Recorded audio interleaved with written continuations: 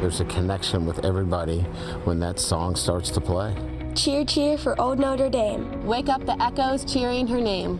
That song just brings back the memories of me running out of that tunnel onto the field. Send a volley cheer on high. When I hear that song, it's the greatest feeling you get here. Cheer down The thunder From the sky. How good are the Fighting Irish this season? Jafar Armstrong, touchdown Notre Dame. Last year was a great season, 12-0. Touchdown Notre Dame. Smell an end zone, gonna get there. What a win for unbeaten Notre Dame. And that's how you have a perfect regular season for Notre Dame. What though the odds be great or small? The Irish enter as a 13-point underdog. Dominance from the Clemson Tigers. You don't ever want to be put in that situation again. This is how the season will end for Notre Dame. We got a taste of what it's like to be in the playoffs. I want to win the darn thing. Opening night in Louisville. Old Notre Dame will win overall. Has Tommy Tremble at the 2. Touchdown Notre Dame. While her loyal sons are marching. Onward to victory. Onward to victory. Onward to victory. That song that has been heard so often on one of America's most famous college campuses. And this is the day they've been anticipating for 10 months, the return of Notre Dame football in South Bend. Brian Kelly's team returns to the house that Rockne built, where they've won 11 in a row. With quarterback Ian Book looking to improve from his performance in the opening win at Louisville. The opponent, New Mexico, for the very first time, visiting South Bend as we start season 29 of Notre Dame football on NBC. Good afternoon, everyone. Mike Tirico, so glad you're with us. It's Saturday, number 3 of the college football season, but the first one to include the Irish. They played on Labor Day Monday, as you know, won by 18, not as impressive as some thought it might be against Louisville. The Irish, number 7. Number 3, Georgia, awaits next week. What kind of improvement will we see from Notre Dame from game 1 to game 2? Former Notre Dame head coach Bob Davie was supposed to be here. That's why this game was scheduled. But he had a serious medical incident after New Mexico's opener. He is recovering. I just talked to him on the phone 35 minutes ago. He's home with his wife Joanne in Albuquerque. They're watching their Lobos and their old school Notre Dame. Bob, a lot of folks here and all of us wishing you the absolute best. That includes Doug Flutie and Catherine Tappan. They'll join me and then we'll have kickoff momentarily.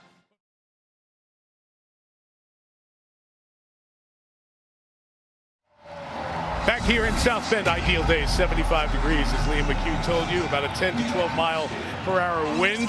Notre Dame taking on New Mexico for the very first time. And all those familiar sights that are South Bend. Brian Kelly and the team in the locker room. They're in the tunnel now. Here's what Brian told his players just a moment ago. Now it's about showing it, right? Now there's no more talking. We've given you all of the things necessary. You've prepared, you've worked hard, you've sacrificed, you've done all the things necessary. Now you got to go play. You got to play the game. This isn't practice anymore, okay? This is a game.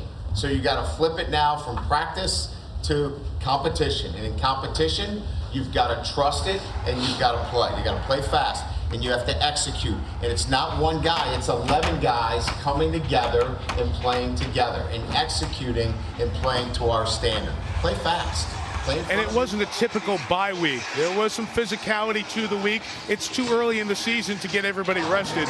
Notre Dame trying to see max improvement game 1 to game 2. Because he knows and you know and everybody knows what's coming week 3. But now it's New Mexico. And now it's the home opener. And here come the Irish.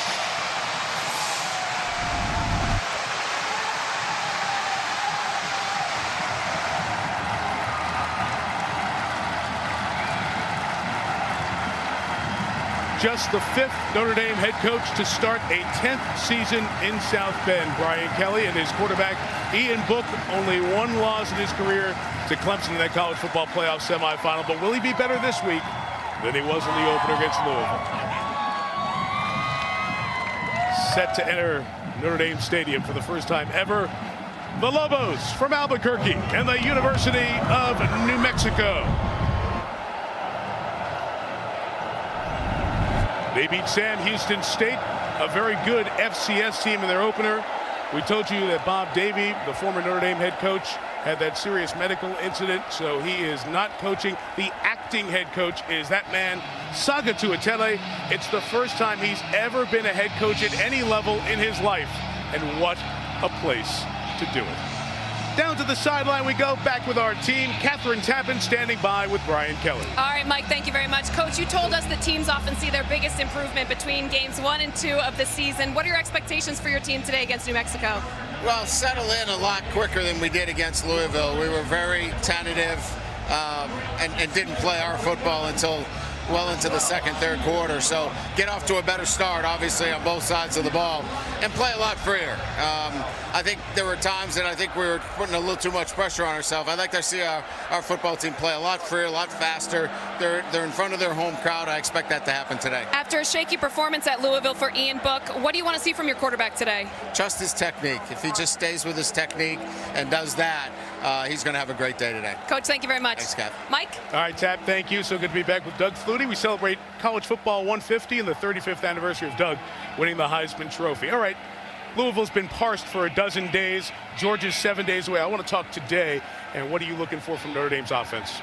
More efficient passing game. Ian Book, settle in. Play freer, as Coach said. That's a great term for it. Relax. Slow down your feet. I think it was sped up last week. He came off reads in a hurry, left the pocket in a hurry, left some plays out on the field. He's an efficient passer. I want to see him take a couple shots down the field and back some people off. They've got to take a shot at a few big plays with Claypool outside. All right, where is the Flutie focus on the Notre Dame defense? Got to be on the linebackers. Very inexperienced. D-line, solid as a rock. Secondary, solid as a rock. Very inexperienced at the linebacker position. All three positions are first-year starters at those positions. There's going to be a revolving door at linebacker. The athleticism is there. It's just the experience level, and they've got to come together and get a unit together for next week. All right, Notre Dame's about a 5-touchdown favorite. They should win this game. But what does New Mexico do well that we can keep an eye on? They've got athletes on the outside, wide receivers that can go up and get the ball, make big plays. They did it in the first game. So they look to do that. And also, we may see quite a bit of option football anticipated by the Notre Dame defense. Might see multiple quarterbacks from New Mexico. The home opener always has some sizzle and excitement, not just for all the players and the coaches involved, but the students as well. And whenever you commit to coming to a school like Notre Dame, you look forward to those football Saturdays, and the fans who come from all over the country who have this on their bucket list, the regulars who have their plan to tailgate, all that stuff. Everything that there is surrounding Notre Dame football is a first-time experience for New Mexico, and it is an annual ritual in this part of the country, and we are ready to start the 90th season in the house that Rockne built.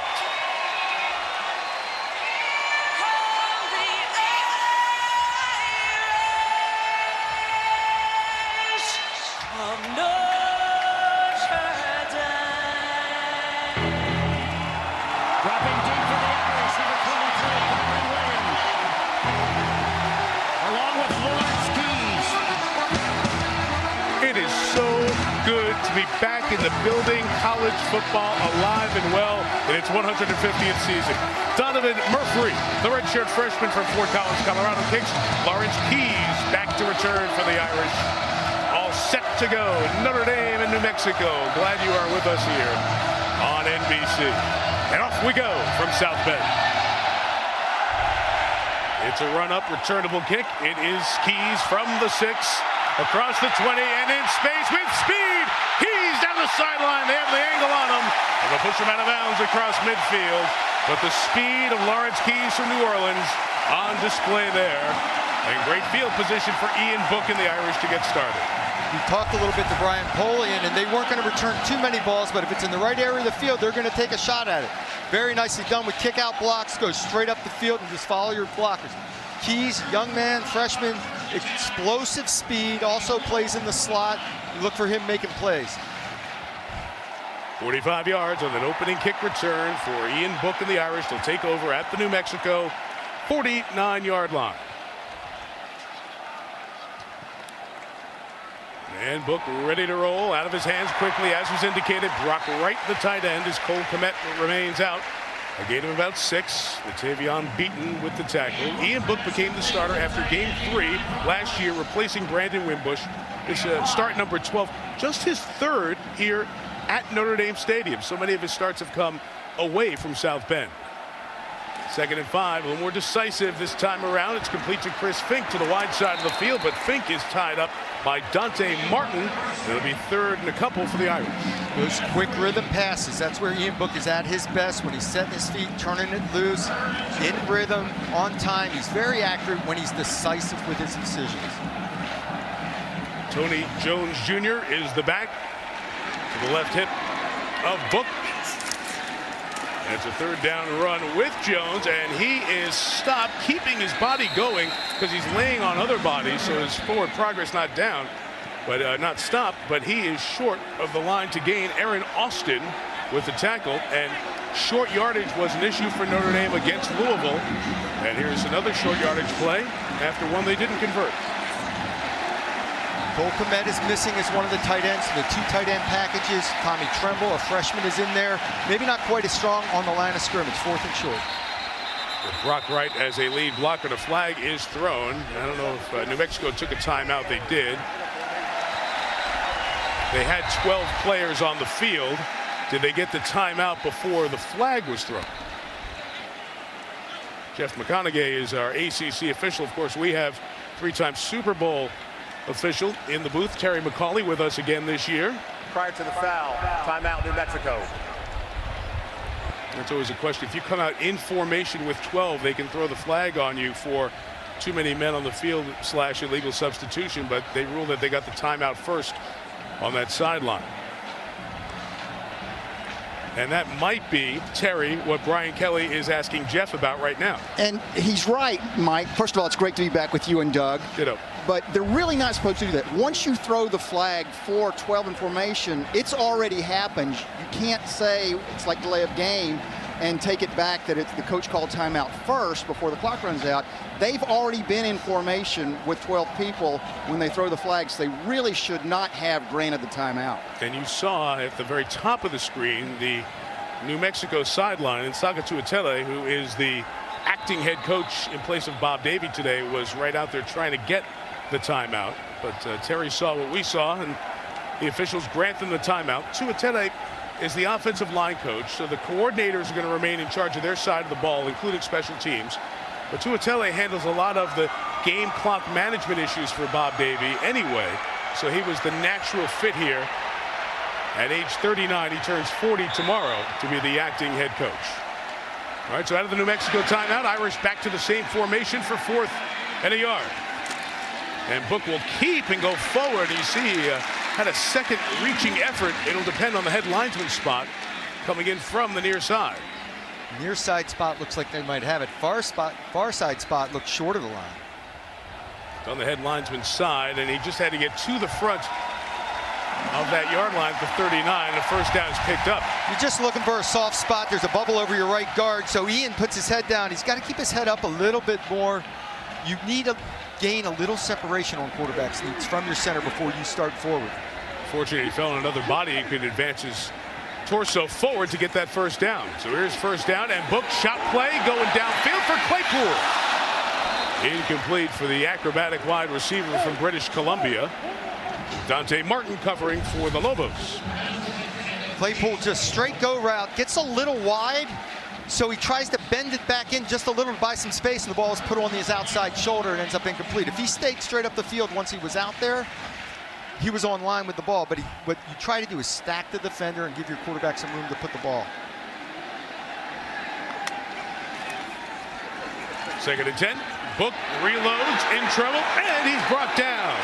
Alex Hart, 3-time captain of this New Mexico defense, the linebacker, comes up and makes the play. It's a loss of 7 yards. Hart's just mirroring Book. He's right in here.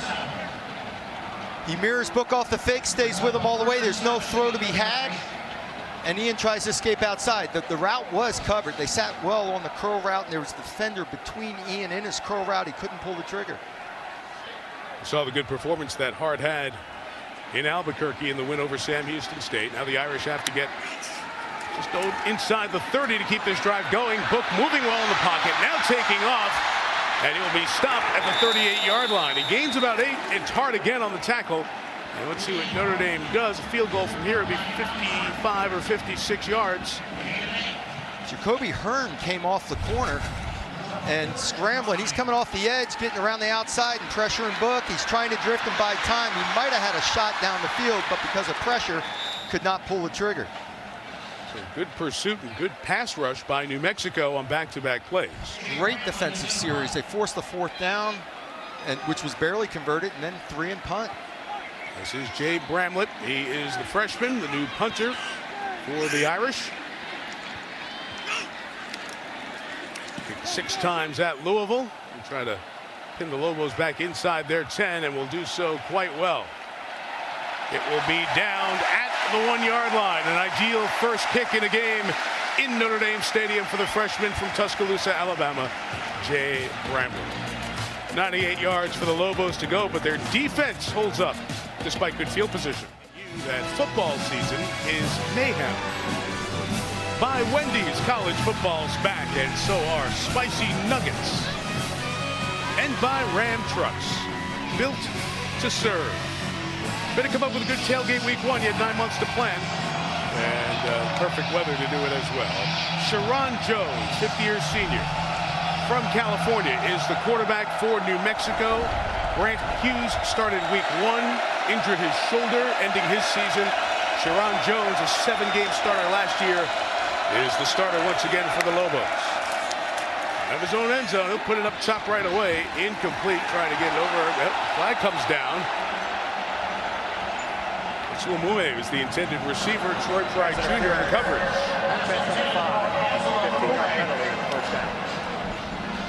And we'll give New Mexico breathing room as Pride is called for the first non-5-yard foul against the Irish this year. They had 4 5-yard penalties at Louisville. He was in press coverage down here. They had a shot at going for a big play. A lot of contact, grabbing the hole. But the reason he gets the penalty is the ball was thrown so quickly. Jones threw this in a hurry. It was hitting him early before Pride anticipated a throw, and he had his hands on the receiver. You see contact, but you can see he had his hand moving the shoulder pad of Ume in the replay, so it gives New Mexico some good space here. So a couple of different things. The big kick return, and then backed up to your own 2, and so far New Mexico has been able to get past those first 2 early hurdles on the road. I love Jones pulling that and taking a shot right away out of his own end zone. From the 17, they empty it out and swing it out to Javon Jones, I should say. And he's close to first down yardage on the edge for this New Mexico offense, which was a run-heavy triple option offense up until a couple of years ago. And then Bob Davie philosophically felt some changes needed to be made, expanding it. So now it's some spread with triple option principles, which sounds like a lot of offenses. But they've got some perimeter people to do some damage. They have those speed guys out there. It'll be all perimeter game today. And Javon Jones is the back. It's 1st and 10. And the unrelated Sharon Jones throws on the run, incomplete, trying to get to his tight end Marcus Williams.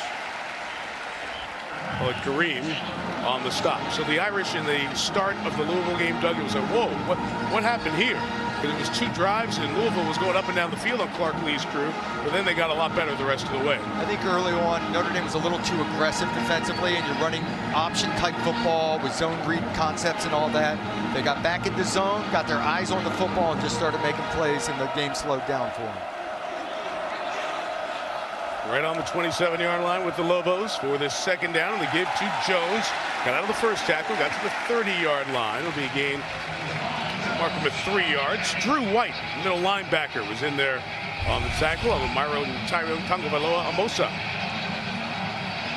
Drew White had a nice couple of series last week. He started out slow, but came through with like 3 to 4 straight great plays in a row.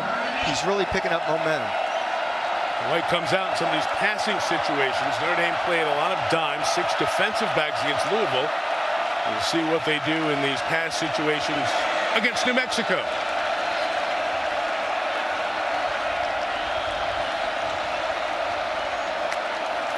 DB's on the field. Sharon Jones throws. It's deflected and intercepted. It's the freshman, Kyle Hamilton, in the end zone. Touchdown, Notre Dame.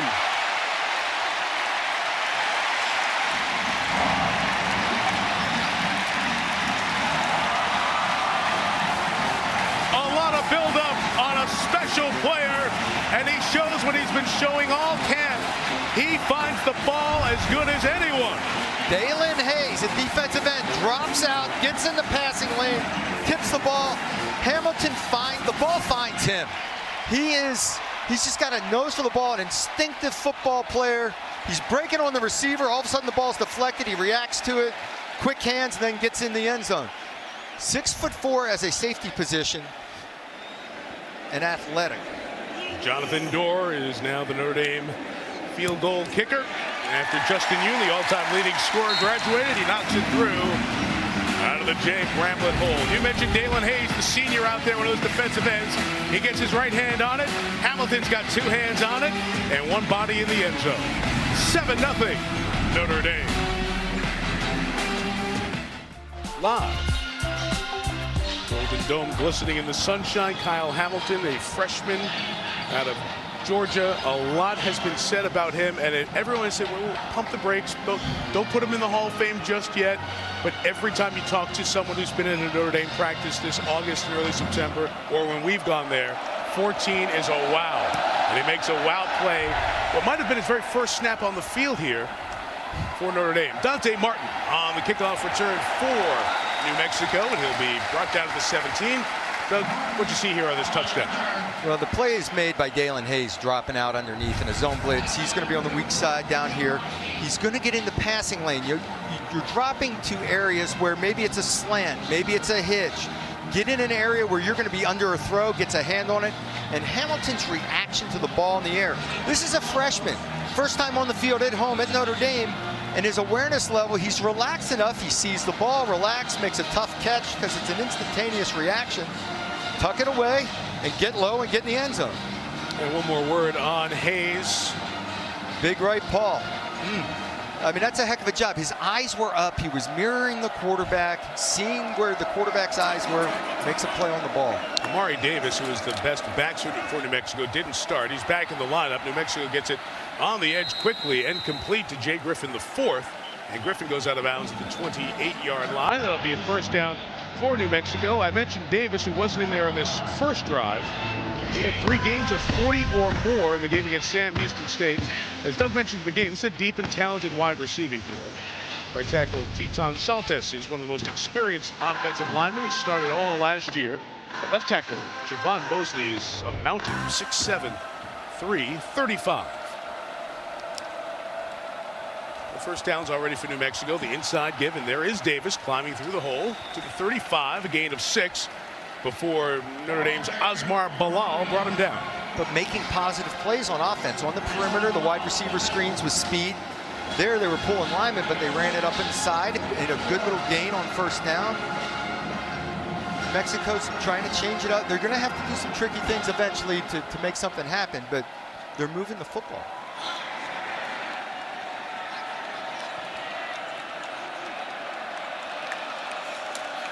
Second and 4, and on the read, it is given to Davis. He'll only get a yard. Jason Ademilola made the tackle. They're rotating the defensive tackles for Notre Dame. You have Tagovailoa, Amosa, and Heinisch as the starters. Ademilola and Jacob Lacey in there now.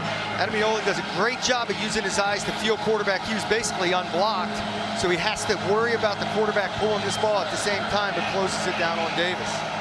Jason, a sophomore, no Jerry Tillery, no Jonathan Bonner in there, so that's a place to watch for the Irish. How they're going to be on the inside. They were stout against the middle runs last year. Here is a middle run. He's punishing through the hole for the first down. The leaping Amari Davis, the senior from Oakland, California. Little direct snap. Jones at quarterback, walking over, doing a little acting job here at quarterback, looking away, and it's quick snap up through, and he hits it hard. He hit it hard, straight downfield. Got the first down. Good little wrinkle. You're going to need to do those things. There's going to be a few of those. Joe Daly handling the offense, the offensive coordinator for the Lobos. See, they use the width of the field. They are spread so wide from the 41-yard line. It's a keep this time for the quarterback. You can see that clearly from up top. Run to the 48, a gain of 7 for Sharon Jones. Let's meet the Irish defense. The strength is that defensive end position. You see Okwara and Kareem are the starters, and the highlight play already made by Dalen Hayes. Watching Asmar Bilal as they continue to search for the right mix here in that middle section of the defense. some strength in the back end with Jalen Elliott and Alohi Gilman as starters. And you saw Kyle Hamilton come on the field and make the game's first big play. So those are the strong spots with this Notre Dame defense. And Myron Tagovailoa Amosa comes busting through for a 3-yard loss as the junior from Hawaii makes the tackle. Tagovailoa Amosa on the weak side is slow playing this to eye the quarterback and then closes on it and pulls him down. I'm sorry, I was looking at the defensive end position, so he just cleaned it up straight through. I was looking at Kareem on the outside, slow playing it. He's got to be a force on the inside. He has to be, as you were saying, a lot of veteran guys moving on. Big spot for them on defense. Third and a long 5. Jones flips it. It is caught and stretching forward for the first down is Javon Jones. And Sean Crawford had him. Couldn't pull him down before the sticks move. And the Lobos enter Irish territory. Now the pressure comes out from the right side, but it's Jack Lamb, 31, that runs by his man, gets a piece of him, and lets the back slip by him. Nice little find and conversion on third down. Yeah, good work by Jones, a senior from Albuquerque, New Mexico. The back out of the backfield with a second effort, former walk-on. Earned a scholarship. He carried it 9 times in his prior couple of seasons with the Lobos. We have a timeout coming here. Taken by New Mexico. Timeout, New Mexico. That's their second. They have 1 left. Just under 6 left here this opening quarter. Irish on top, Lobos driving. Bob Davies back home in Albuquerque where the Davie family's represented. Clay Davie, Bob's son. He's been with his dad all 8 years at New Mexico. He's the tight end coach. And he's sitting on the same side of the stadium where he sat when he was a little kid, where Bob was defensive coordinator and head coach of the Irish. He walked in yesterday and pointed out to me where he used to sit on this side of the field. But it is an emotional time for Clay Davie as well, returning to a place where he went to grade school, middle school, and a little bit of high school as well. Team's playing pretty well right now. Javon Jones with the run there. Good first down gain for New Mexico before Tagovailoa Amosa made the tackle. The Bob Davie trail at Notre Dame goes back to Lou Holtz in the 90s. What a staff. Urban Meyer, Charlie Strong, Bob Davie defensive coordinator. And as a matter of fact, when Bob Davie got his first opportunity as a head coach before he got the Notre Dame job full-time after replacing Lou Holtz, it was an acting coach basis. Coach Holtz had neck surgery. Bob Davie had to step in and coach the Irish here. So it's a very familiar story for Bob Davie to tell Saga Tuatele what he's in for today. This is Javon Jones trying to bounce it to the outside. Can't do it. Asmar Bilal's name has been called a couple of times. Stepping up, the graduate student from Indianapolis. No, he beats the block and slides off it. He's out on the outside over here.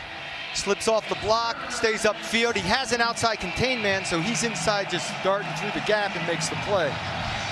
Kareem had the outside technique, so he had leverage on the outside, allowed it, freed up Bilal. It's 3rd and 7, and they're back to 6 DBs. That means Kyle Hamilton, the freshman's back on the field for the Irish. And it's a quick toss, trying to make a catch and run. There's not going to be much run for Jay Griffin, as Jalen Elliott, the captain, another one of those safeties, came up to erase it. It'll be 4th down at the 44, and New Mexico will kick it away. We'll talk about one of those safeties. Good 3-safety mix that they can bring in dime situations, which led to the interception. All 3 are interchangeable. They can play down and force for the run. They can play middle field safety. They can play man coverage. Makes them very multiple in dime coverage. Tyson Dyer, 27 years old, from Queensland, Australia, is the puncher. He'll kick it with Chris Fink awaiting. And Chris will let it bounce, and it takes a good bounce for New Mexico. 40-yard kick, no return, and take it over at the 4. The Irish on the other side of this one. Inside of 4 minutes left. First quarter, Notre Dame 7-0. New Mexico's moved it, but the Irish defense able to come up with the stop. Asmar Bilal and company leading the way at home. A little more than a week away, Monday, September 23rd. Time to stand up to the powerful and fight back. Jimmy Smits and introducing Caitlin McGee. It's Bluff City Law. Monday, September 23rd in primetime, right here on NBC. Mike Tirico, Doug Flutie, Catherine Tappan. Chris Sims, Liam McHugh, Terry McCauley, all with you and all glad to be back in South Bend. The Irish will start this drive at their own 4-yard line. They'll run it with Tony Jones Jr. A carry of 4 to the 8-yard line. While we were in break, a standing ovation for 94-year-old Johnny Lujack, the oldest living Heisman Trophy winner. Doug, part of that great fraternity with you. He won it 72 years ago, and he still comes to South Bend at least once a year. It's so great to see Johnny at Notre Dame Stadium. 2nd and 5, Book with a fake and a roll, and nobody open, so he had to get rid of it as he was hit. Pass is incomplete. Trent Sellers pursuing Book and knocked him down. He got on the perimeter, and I think Claypool must have had a comeback or something on the outside, but went right by his defender, so he put his hand up and took off deep, and Ian Book didn't see it right away, so he throws the ball out of bounds. It's something, you're anticipating seeing an out-cut route, and all of a sudden you have nothing in front of you, throws the ball away. Irish not able to get the passing game going just yet. New Mexico shows pressure. They bring 4 as Book slides, keeps his eyes up, and throws complete to the 23-yard line. Lawrence Keys with the first down for the Irish, a gain of 15. Well, he has good protection and has time to throw. Liam Eichenberg, 74 on the outside, nice protection. I think he did do a good job of going through progression and finally moves, makes a play on the run. Number 23, they'll get it out to Keys. He's got speed, looking for a crease. He'll get to the 29-yard line, and a flag comes in on the back end of it. See if they got him up by the face mask. Patrick Peak, the tackle. More just a slide of the hand down the front of the face. Personal foul, face mask, defense. 15-yard penalty, first down. Here's Peak. Terry McCauley, that's one of those where you're looking at a replay, but you almost understand why the official called it, because he saw the head jerk down when the hand came on the face mask. Yeah, he did see that, but he's far away. There's no grasp, no pull, no twist. Really not a foul, but that's one I think he got fooled on. Irish moving along here from the 43. Book, the shot incomplete, trying to get it to Chase Claypool. Doug, this passing offense, what was it when you look back at the Louisville game that Ian Book wasn't doing that we got really used to seeing him do last season? Going through his progression and being relaxed in the pocket. I think he was really sped up. Today, I think his feet have slowed down a little bit. He's calm. He's looking around. Everything's fine. And you're watching his feet. From a tempo. Oh, absolutely. He's under control. He's not in a hurry. He's not all fiery and ready to escape. He moves to buy a little bit of time to keep looking downfield. The 43 tries to stretch it with Jones, but it was not happening at all. Again, Alex Hart, who pointed him out in the starting lineup, a 3-time captain on this team. Tore his ACL week 4 against New Mexico State last year, but he's back and looking good. Tell you what, they're playing scrappy football. New Mexico right now is playing full speed ahead, doesn't have a care in the world. They have nothing to lose today. They're playing really good football. Right between the pulling Irish guards to force Ian Book in 3rd and long. Notre Dame needs to get to the 47-yard line. Good pocket here. Book throwing sideline, incomplete. Wasn't a big window to get it to Fink. The coverage was good with Jarek Reed. And Notre Dame, for the second drive, gets 1 first down, and then will be forced to kick it away. You pointed this out last week. Not a lot of separation being gotten by the receivers for Notre Dame. And that's a long, hard throw to the wide side, and defender right in the hip pocket. The ball's traveling 30, 40 yards in the air to throw a 12-yard out. It's a tough throw. So Jay Bramblett will have more field to kick. He pinned New Mexico deep earlier. Dejon Rogers, the kick returner. Nice kick here by Bramblett. 44 yards. Rogers, 17, squatted down to get it. Lost any momentum and is stopped there. That is Bo Bauer for the Irish on the special teams coverage. Time for PFF Inside the Numbers. It's presented by Amazon Web Services. So win probability. PFF Pro Football Focus does that so well, taking all the numbers into account. There you look at the win probability for the Irish going out this season. Obviously Georgia next week. So PFF takes all the numbers and ran 100,000 simulations. And even though Notre Dame is over 50% in all those games, it comes out with 9 wins. A college football playoff probability of 13%, national championship probability of 2%. Everybody has asked, will Brian Kelly's team win 3 key games during the year? At least that's the way they look to start the season, as Sharon Jones starts this drive with a run. The game at Georgia next week, the game in Ann Arbor against Michigan, which did not look very good last week against Army, and the game at Stanford the Saturday after Thanksgiving. But the Cardinals have struggled in their first few games, so who knows which will be the tough, but we know this. Next week will be a really, really all-time tough one between the hedges.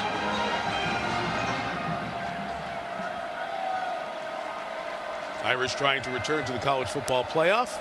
Losing to Clemson last year. Second down, back shoulder pass is incomplete and broken up by Troy Pride Jr. as he was trying to get it to Anu Samoye. In their first game, New Mexico did a great job of these back shoulder throws. They've already attempted 2, got 1 interference call. That one, they had their hands on the ball, didn't make the play because of good coverage by Pride. But most of their vertical routes down the boundary, they're not throwing it out there and letting their guys go get it. They're throwing it back shoulder, make a play on the ball in the air. Speedy Elijah Lilly is in the slot at the bottom of the screen for the Lobos on 3rd and 6.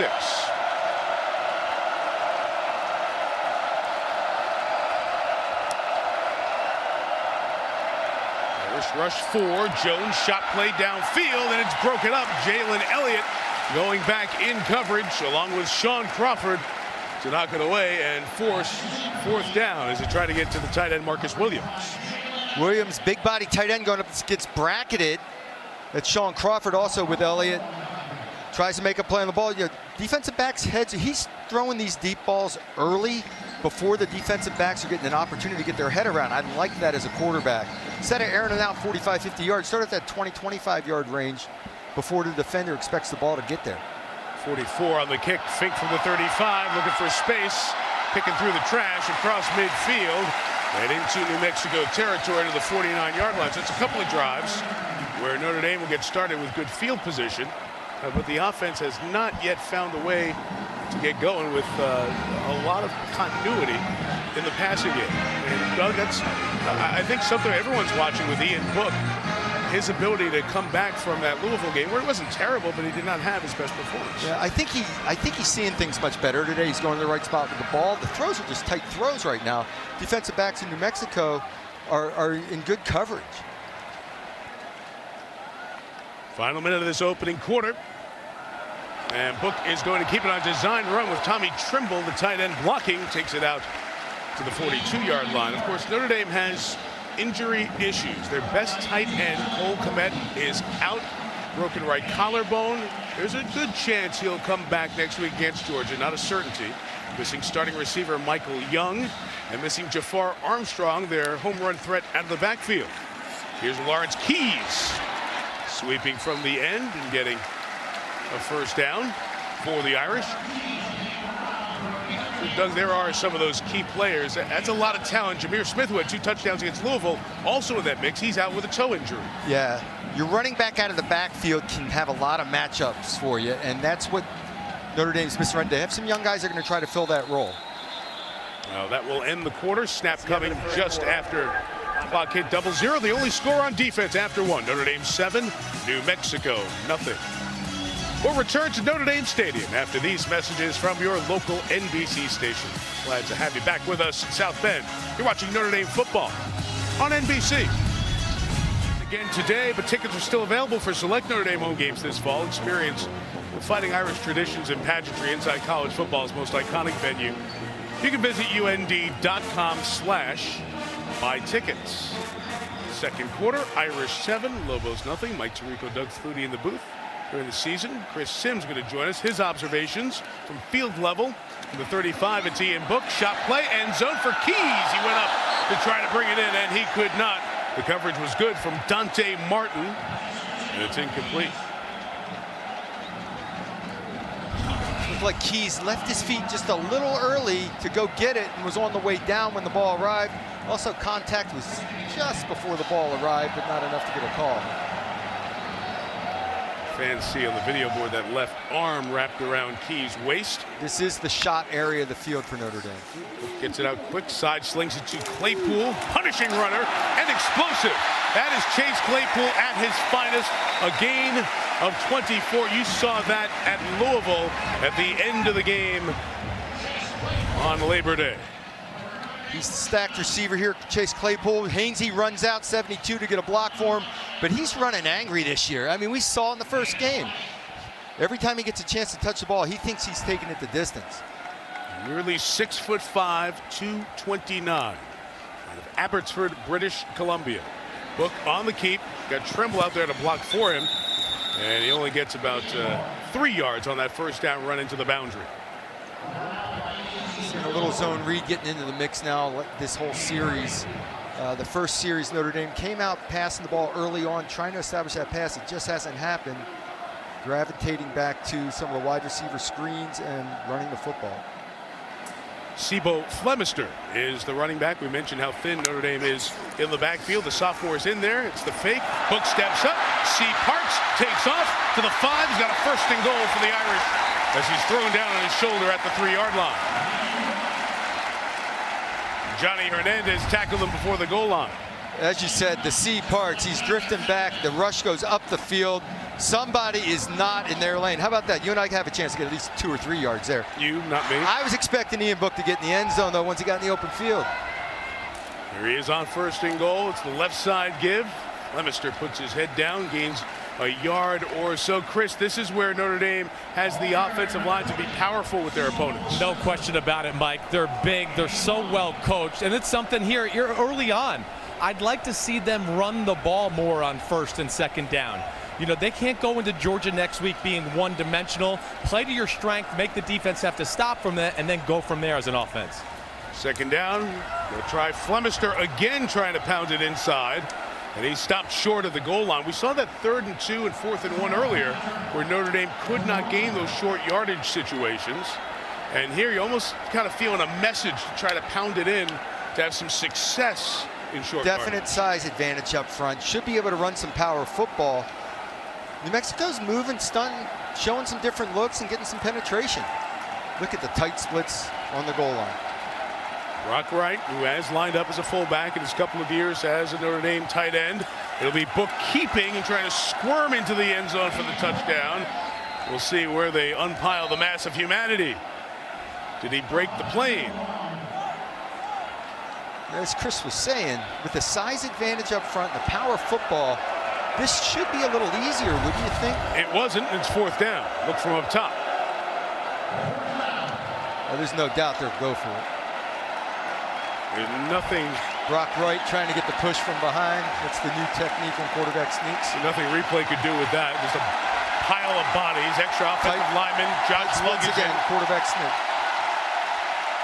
4th down. Book looking for Smith, getting pushed from behind in the stadium where that first became vogue.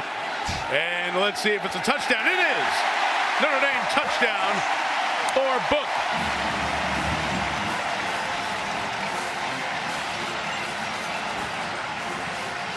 Well, this was pretty football the last 2 plays. Tight splits, everyone wedge it in.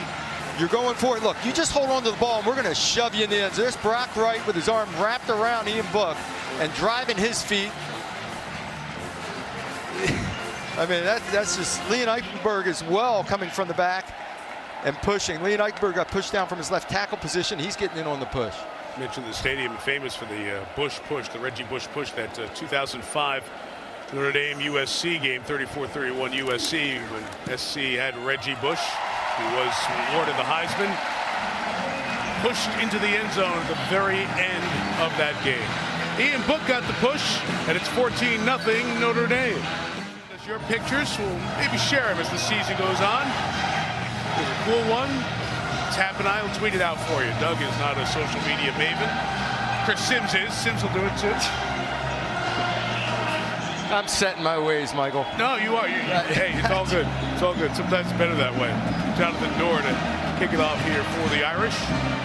Still have not been impressive offensively. One defensive score. And that 10-play, 49-yard drive, making it 14-0 Notre Dame. And kick is deep. No return. New Mexico will take over the 25. Catherine Tappan, pretty interesting story taking the field for New Mexico. That's right, Mike. Teton Salta is the right tackle there. He's a member of the Lakota tribe. He grew up on the Pine Ridge Reservation in South Dakota, where he and his family are dedicated to helping others. His grandmother, Yvonne, she's here today. She leads the Be Excited About Reading program and also aids in suicide prevention on the reservation. It's a big problem there. She goes out on her own day and night to help those in need. And Teton told me if it's one person that unites the community, one person willing to go out there and bring people together, that is my grandmother, Mike. What a young man, and everyone around this program so effusive in his continued activity within the tribe, in the Native American community, within his tribe, in the Native American community, which is so prevalent in Albuquerque and New Mexico. Salt, that's a junior from Albuquerque, played the second most offensive line snaps in his team, was a defensive lineman, slid him over to offensive line, and he has done a good job for this team. From Valley High School in Albuquerque. I'll tell you what, high character kid. And it's just great when we get to do those stories. First run by Sharon Jones, the quarterback, for 3. 2nd and 7 now. Lobos down a couple of touchdowns. Jones going to pull it. Chased by Osmar Bilal, who's having a very good start to this game. He was moved inside after playing the rover position, and he's looking much more comfortable in this game. He's actually the inside defender. He gets a little help because he knows he has Gilman on the outside, so he just slashes right through, gets to the ball. That's the second play in a row where Jones has pulled it. Notre Dame has stuffed it now. They've got to have the extra guy up in the box because of all the option-type runs, quarterback-type runs. And now as New Mexico spreads it out, the Irish will put those half-dozen DBs and talented players out there, and Dalen Hayes standing up on the edge. They run the other way. Sharon Jones looking to pitch. Look out.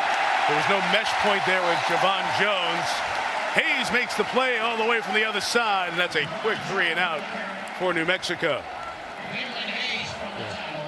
Jones is just late getting out on the perimeter. Jones has got to be 4 or 5 yards out in front. Got pressure coming from the backside, chasing this down, but he goes to pitch. The back's not there yet. I believe it should have been either a counter option where the quarterback starts one way, goes the other, or the back was just plain late getting out in front. Chased down from behind by Dalen Hayes. New Mexico had some good offense going the first couple of drives. Stymied now here. Tyson Dyer kicks to Chris Fink. Great kick, fabulous kick. Fink's got to let it go and get away from it. All the way back to the 13-yard line. So Tyson Dyer, who has the 84-yard punt, to his credit, a school record last year, gives New Mexico 63. He flips the field there. Eagles take on Matt Ryan and the Falcons in Atlanta. Eagles could come back in the second half against the Redskins. Predict what will happen. Try out the new free-to-play gun game. It's Sunday night 7 on NBC Sports Predictor. $100,000 cash prizes each week, $2 million total for the season. We'll start you with Football Night in America, 7 Eastern. Recap a big NFC Championship game rematch with the Rams and the Saints. Rodney Harrison, Tony Dungy joins Liam. We'll have a special guest down in Atlanta. The show of record in terms of highlight shows on Sunday night, America's #1 NFL pregame show. The viewers say Sunday Night Football on your TV. 7 Eastern, we'll see you on NBC. Boston 2 on first down, 2nd and 12 for the Irish from the 11-yard line. And Book back to work. We'll swing it out. This is Kyron Williams, freshman from St. Louis, Missouri. So it's Williams and Sebo Flemister, and such a dire situation in the running back room that they brought Avery Davis back from defense to offense. He played some offense last year, was a good back out of the backfield type receiver, little wide receiver screens, things like that. They need him just for healthy bodies that can go run routes out of the backfield. There is Davis, who was on the offensive side of the ball, was a 3rd string corner. Brian Kelly went to him, got him back on D. Now the Lobo deal try to bring pressure on Book. 3rd and 9. Book throwing outside, incomplete. They took Fink right out of bounds as Jarek Reed just rode him to the sideline. And it will be a quick 3 and out for Notre Dame. Good pressure by the Reed just did a great job of staying on him, and he gets pressure in his face, but he's going to set and throw this ball. Got to try to keep it in bounds and give him a chance to catch it. Ian Book, they were coming all out blitz. He knew he had to get rid of the ball. He held it as long as he could and tried to give his receiver a shot. Brought Johnny Hernandez, the nickel, with some heat there. So Jay Bramblett will kick it back to Dejon Rogers.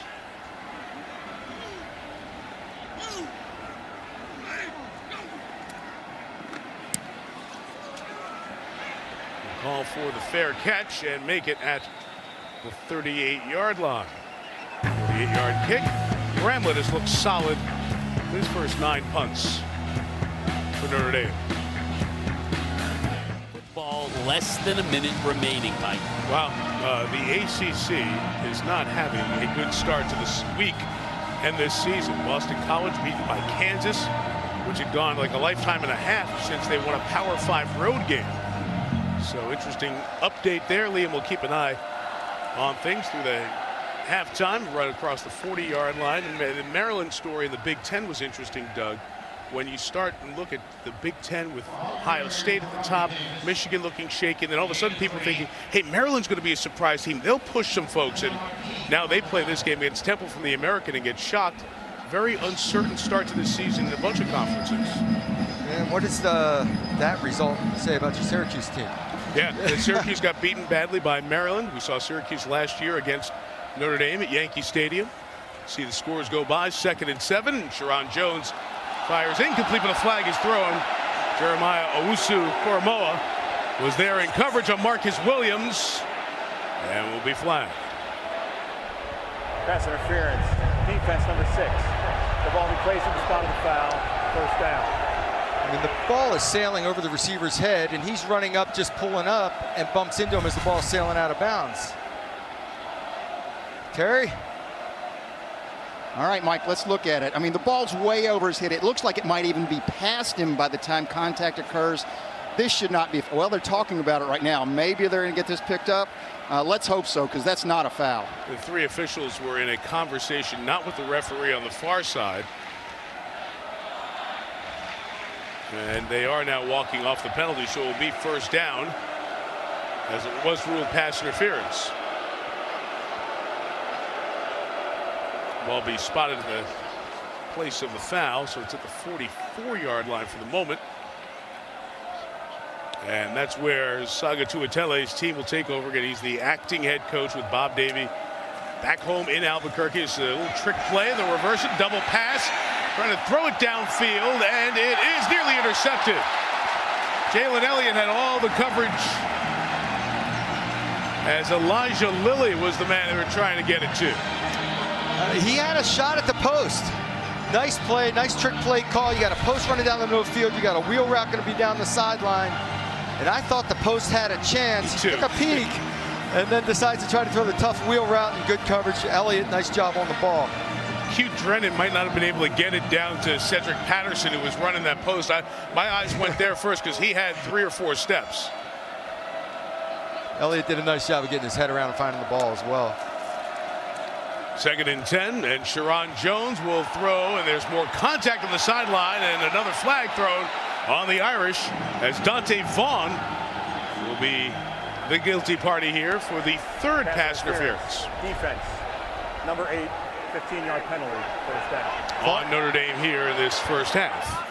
We're on a big body guy, Williams, and I'll tell you, it's the fact that Jones is throwing these things early with the back shoulder that is causing a lot of this contact. Now there's a grip and a dump, and it's a foul, but Vaughn's been encouraged lately. Let's get a little more physical. You're a big, strong guy, got the length. 6'2" corner, Brian Kelly talking to him now, so a couple of penalties have moved the Lobos into Irish territory.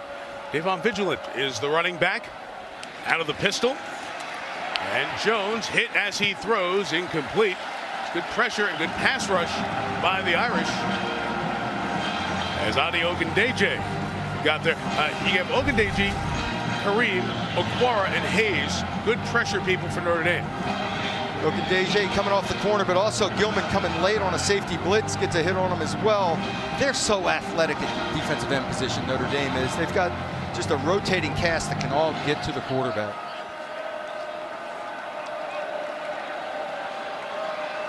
Sharon Jones, 3 of 8 passing so far, only 19 yards. Trying to read it. He's in trouble here, and Dalen Hayes will bring him down. Chris Sims, I know you're watching this defensive front, and we talked about how much talent they have at defensive end, and Hayes showing out in this first half. Hayes It's pretty unbelievable. When Hayes, Ogun DJ are your backup defense ends, you know you're talented up front as far as Notre Dame. But I like this Notre Dame attack on defense so far. The only thing that's been bad so far, guys, is the pass interferences.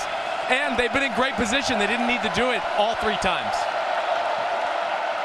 Jones needs to get to the 31 for New Mexico to keep going. Gets it quick, and it's intercepted. He threw it right away, and Jalen Elliott said, "Thank you very much." Second interception thrown by Sharon Jones. Jalen Elliott comes up with the 5th of his career.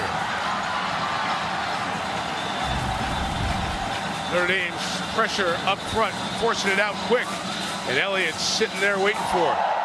Second Irish interception of this first half.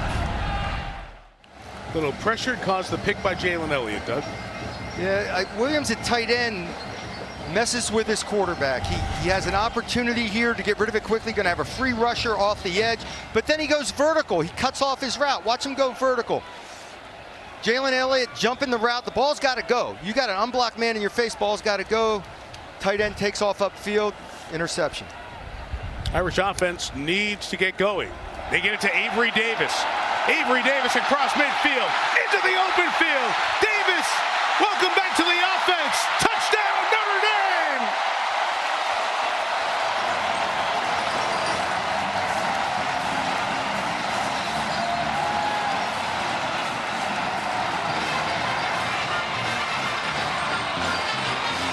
Dame! In search of speed, Avery Davis back from the defense.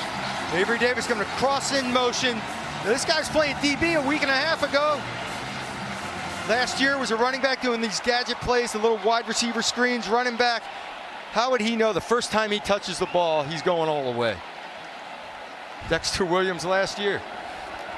It was 27 plays for 81 yards for the Irish up until that point. And then Davis able to take it 59 yards. And we have a flag called on New Mexico. Substitution infraction, 12 players on the field again. Substitution, defense, 12 players in the formation, and penalties decline. Happiest guy on that play was Ian Bookie. He got a 59-yard touchdown pass out of that one. There is the 12. Second time that's happened for New Mexico. So Notre Dame will just choose to kick the extra point to go up 21-0 if Jonathan Dora converts.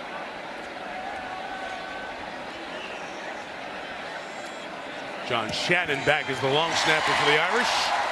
And it all works out. So 21-0, Notre Dame on top. And I was just about to say before that play happened, they were only averaging 3 yards a play. So offensively, it was not very sharp. But that is why they bring Avery Davis with the injuries at running back over from defense to offense. They need some speed. Need some versatile players. Some guys who can do some of that different stuff out of the backfield, the wide receiver screen, reverses, and the speed, obviously. He's a good route runner. They used him on wheel routes last year out of the backfield, things of that nature. So a good explosive play. Had to get a little tricky to do it, but a good explosive play. And Chris Sims, this is a fascinating time for Notre Dame because we do need to reiterate, it's not making apologies for them, but Cole Kmet, their top tight end, Michael Young, the starting wide receiver, Jafar Armstrong, their star running back, all out of the lineup with injury. They got to find playmakers on this offense that can make explosive plays, and that's what Avery Davis can do. He can be a little bit of like a Tyreek Hill type of element for this offense for Notre Dame. Speed, sweep, screens. You get him in the open field, you can see he can make big plays because he's as fast as any guy out here. And he just did on that 59-yard play. Davis, who if you remember to the spring game a couple of years ago, those of you who follow Notre Dame football closely, Davis played a good part of that second half with many of those gadget-type plays. And then the need to get him back on defense because there were so many good folks on the offensive side of the ball. Comes back and makes a difference. What a hit on cue, Drennan. Jeremiah Owusu Koromoa. And Drennan shaken up on the play. Owusu Koromoa just getting across the face of his defender and blowing it up. As a returner, you expect your guys to make these blocks. You're anticipating the block to happen. So you have to hit it with full speed, and when it doesn't happen, a little friendly fire as well. Samoye. What's interesting is Drennan is helped over by the New Mexico Medical and Athletic Training Team. I believe the replay booth is called to stop the game for a moment because they're looking at potential targeting. There have been adjustments to the targeting rule.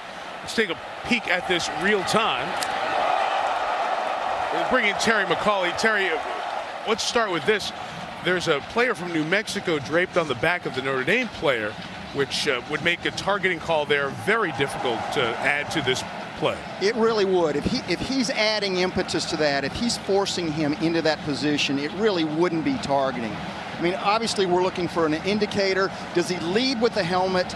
Does he attack the runner and make forcible contact using the crown of the helmet? He's not defenseless, so that's the only way this can be targeting. I don't believe it is. I mean, you have that defender there as well, number 80. I don't think they're going to create it on this play. Terry, how about the turn with the shoulder? Because he tries to make the contact with his shoulder. Great point, Mike. He is trying to lead with his shoulder into the shoulder of the runner. I think you make a great point, and I believe it is incidental contact with the helmet, with the crown. And Terry, there is a new facet to targeting, which has been in college football for the last half decade or so, that the replay booth will no longer say stands for targeting calls. They'll either say yes it was or no it wasn't. Do you like that addition to the rule? Great rule change, Mike. Over the years, they've thrown too many players out who we couldn't prove did something wrong. After further review, there is no foul for targeting. First down. That is, although a delay, that's the system working properly. It is. I mean, and the replay official stopped it. There was contact with the crown of the helmet. Reasonable stoppage, but a great ruling coming out of replay on that one. And most importantly, you hope Q Drennan is okay. He took that shot there, looking at him on the sideline. So back to offense for New Mexico. They try to get it into the hands of one of their speedsters, and Jay Griffin IV. And Griffin's out to the 24-yard line. It's been a little bit tougher sledding for New Mexico here over the last few possessions. And that one that gained 18 yards earlier that ended in the interception the last drive, many of those yards came on the two pass interference calls. Yeah, the second interception didn't need to happen. The first interception was a tip ball, great defensive play. Second one was a poor decision and poor reaction by the tight end. It was Jones throwing incomplete up the sideline. Aaron Molina, the intended receiver, and Troy Pride Jr. was covering the 6'3", 5-year senior. Getting back to the second interception, though, it was caused because Alohi Gilderman came up, mugged up over the center, held the offensive lineman in there, and then bluffed and came out, which freed up the outside rusher to put pressure on the quarterback. Great job of bluffing, mugging, and coming from opposite directions. Should be 3rd and 2, and they get it to Davon Vigilant for the first down, so they have gone to him a couple of times. Only carried one time. He was injured in the opening game last year, or 2 years ago, and redshirted. Ran for 2 touchdowns, had a good performance against Air Force last year, and seeing some action here in South Bend today. Here's our boy Kyle Hamilton making a play going out. Again, the bluff play by the quarterback and the straight snap. This has become New Mexico's short yardage offense. It's surprised you snap it quickly, but Hamilton, a freshman, flying up, making a nice open field tackle as well. True freshman started this game with a bang for the Irish. Here's a big run up the middle for Vigilant. Davon with some daylight, now around the 43-yard line before Jalen Elliott can stop him as we approach 5 minutes here till halftime, and again at 15. Jacob Lacey is going to find himself free with an opportunity to make the play. He doesn't make it. Up through the gap, gone. Very positive first down play. Lacey might be a new name to some Notre Dame fans. Freshman from Bowling Green, Kentucky. 5A Player of the Year in the state. Had a tackle in the return to his home state in the opener at Louisville. Jones fires, incomplete. It was behind Jay Griffin IV. Receiver couldn't throw on the brakes. The Irish with a line change on the defensive front. Boy, potential big play here. Slot receiver going up and through, hitting that seam route off of play action. There's plenty of room. Get the ball inside on his inside shoulder, thrown behind him. Can't put the brakes on in time. There's some plays to be had.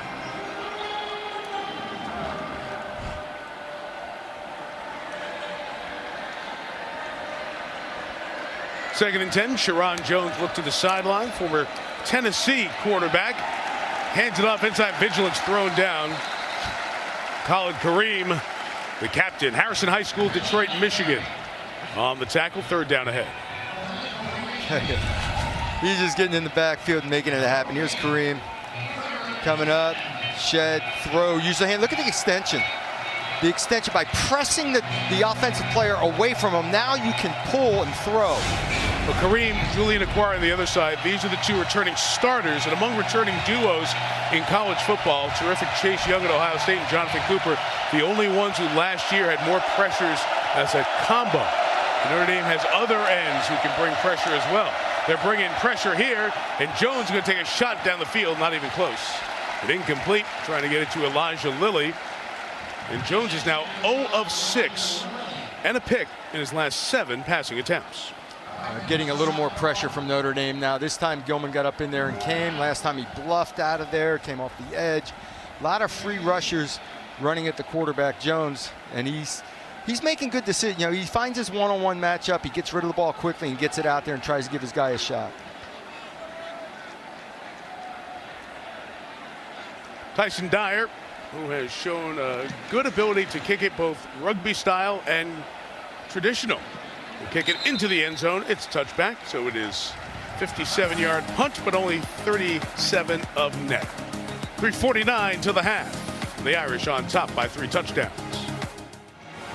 After the touchback, we're back with the ball sitting on the 20. Notre Dame on top 21-0.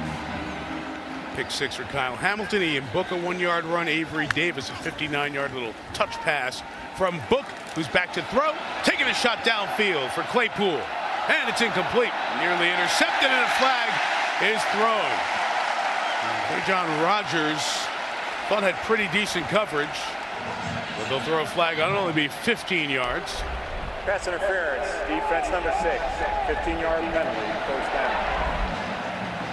Claypool has a shot on the post. I mean, he's got it out there. If Ian Book can get the ball up earlier and out to the middle of the field, he's got a chance. The ball goes a little too far up the field, so he drifts back into the DB, who has his right to be there. I mean, you're drifting back into Rogers. Rogers maybe is it's in good this side position, right there. But there's a little grip of the jersey keeping Claypool from going up for the ball. Terry doesn't like that call. No, I got a little grab, Doug, that really doesn't impede the receiver at all. He's turned around. I don't think that's a foul for defensive pass interference. Book's first look is covered. It jumps and throws incomplete for Tony Jones Jr. underneath. Chris Sims. Hey, one thing that jumps out to me there too, and Ian Book, there's not been a lot of receivers open today, but the pocket's perfect. No reason to panic. Just stay in there. Like you see in Aaron Rodgers and Mahomes or Brady. Stay in the throwing position, buy your time. It's a 3-man rush. Somebody will come open as you sit there and manipulate coverage. 2nd and 10. Pressure picked up here. Book stays in and throws complete. Javon McKinley has a 1st down and more. Stays in bounds at the 40. Moves inside to the 30. Snakes his way to the 20. Tumbles to the 10 and is all the way home. A spectacular run by Javon McKinley. 65 yards.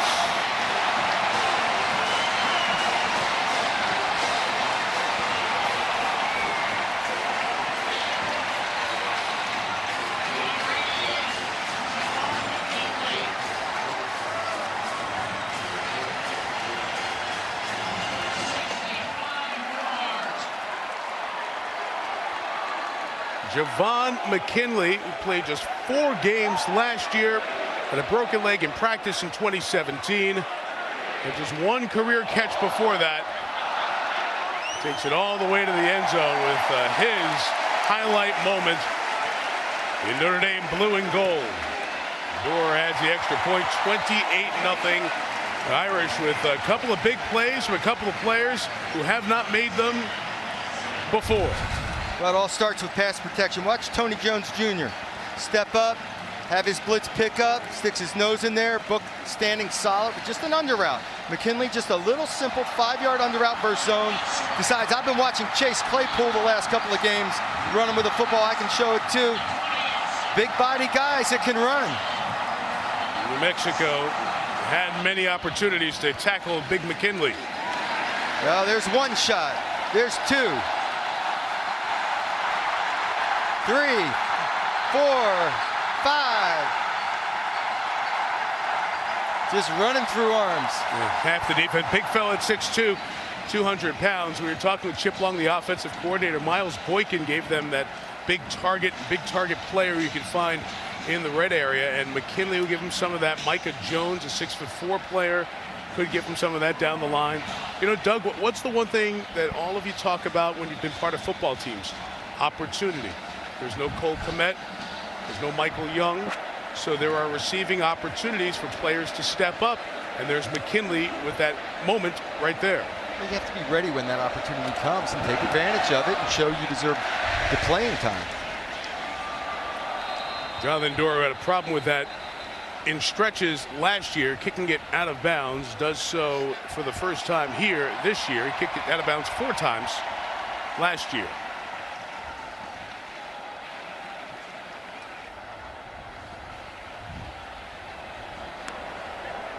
Kick out of bounds, kicking team, 5-yard penalty, first down. Well, coming up, we'll have the State Farm halftime report. You've heard from Chris Sims and Liam McHugh during this first half. They'll be down on the field talking about Ian Book's first half. You're going to love the little behind the scenes look at Brock Wright, the Notre Dame tight end, and how he gets ready for the week of a game. And 100th battle of Pittsburgh and Penn State came down to a Hail Mary at the very end. Guys will have the highlights all coming up on the State Farm halftime report. So a 21-point, couple of big plays second quarter for the Irish as New Mexico in some trouble, and Sharon Jones is pulled down and brought down. Drew White out of Boca Raton, Florida, the junior linebacker with the hit. He did an amazing job of running through the backside of this and reading his pulling guards. Drew White, he's going to read his pulling guards and just shoot the gap and follow it through. He wasn't fooled by the jet motion, the sweep motion going the other way. He's reading his keys. Playing fast downhill. Clock stopped for a moment as they had some issues spotting the ball. And the play clock has restarted. The game clock did not. From the 33-yard line, Jones gets it out quickly. It's complete on the edge to Vigilant, and he will not go very far. Jeremiah Owusu-Karamoah over there for the Irish. Catherine Tappan has an update from the sideline. Well, an update from the New Mexico sideline, Mike, and wide receiver Q Drennan. They were working on his left shoulder. He was in a lot of pain when they removed those shoulder pads. His equipment is now off, and he is doubtful to return to the lineup, Mike. Disappointing for the young man, Catherine. He saw the hit that he took from Owusu-Karamoah on the kickoff earlier this quarter. He had a hip injury that forced him to miss the season last year that was suffered on his first reception of 2018.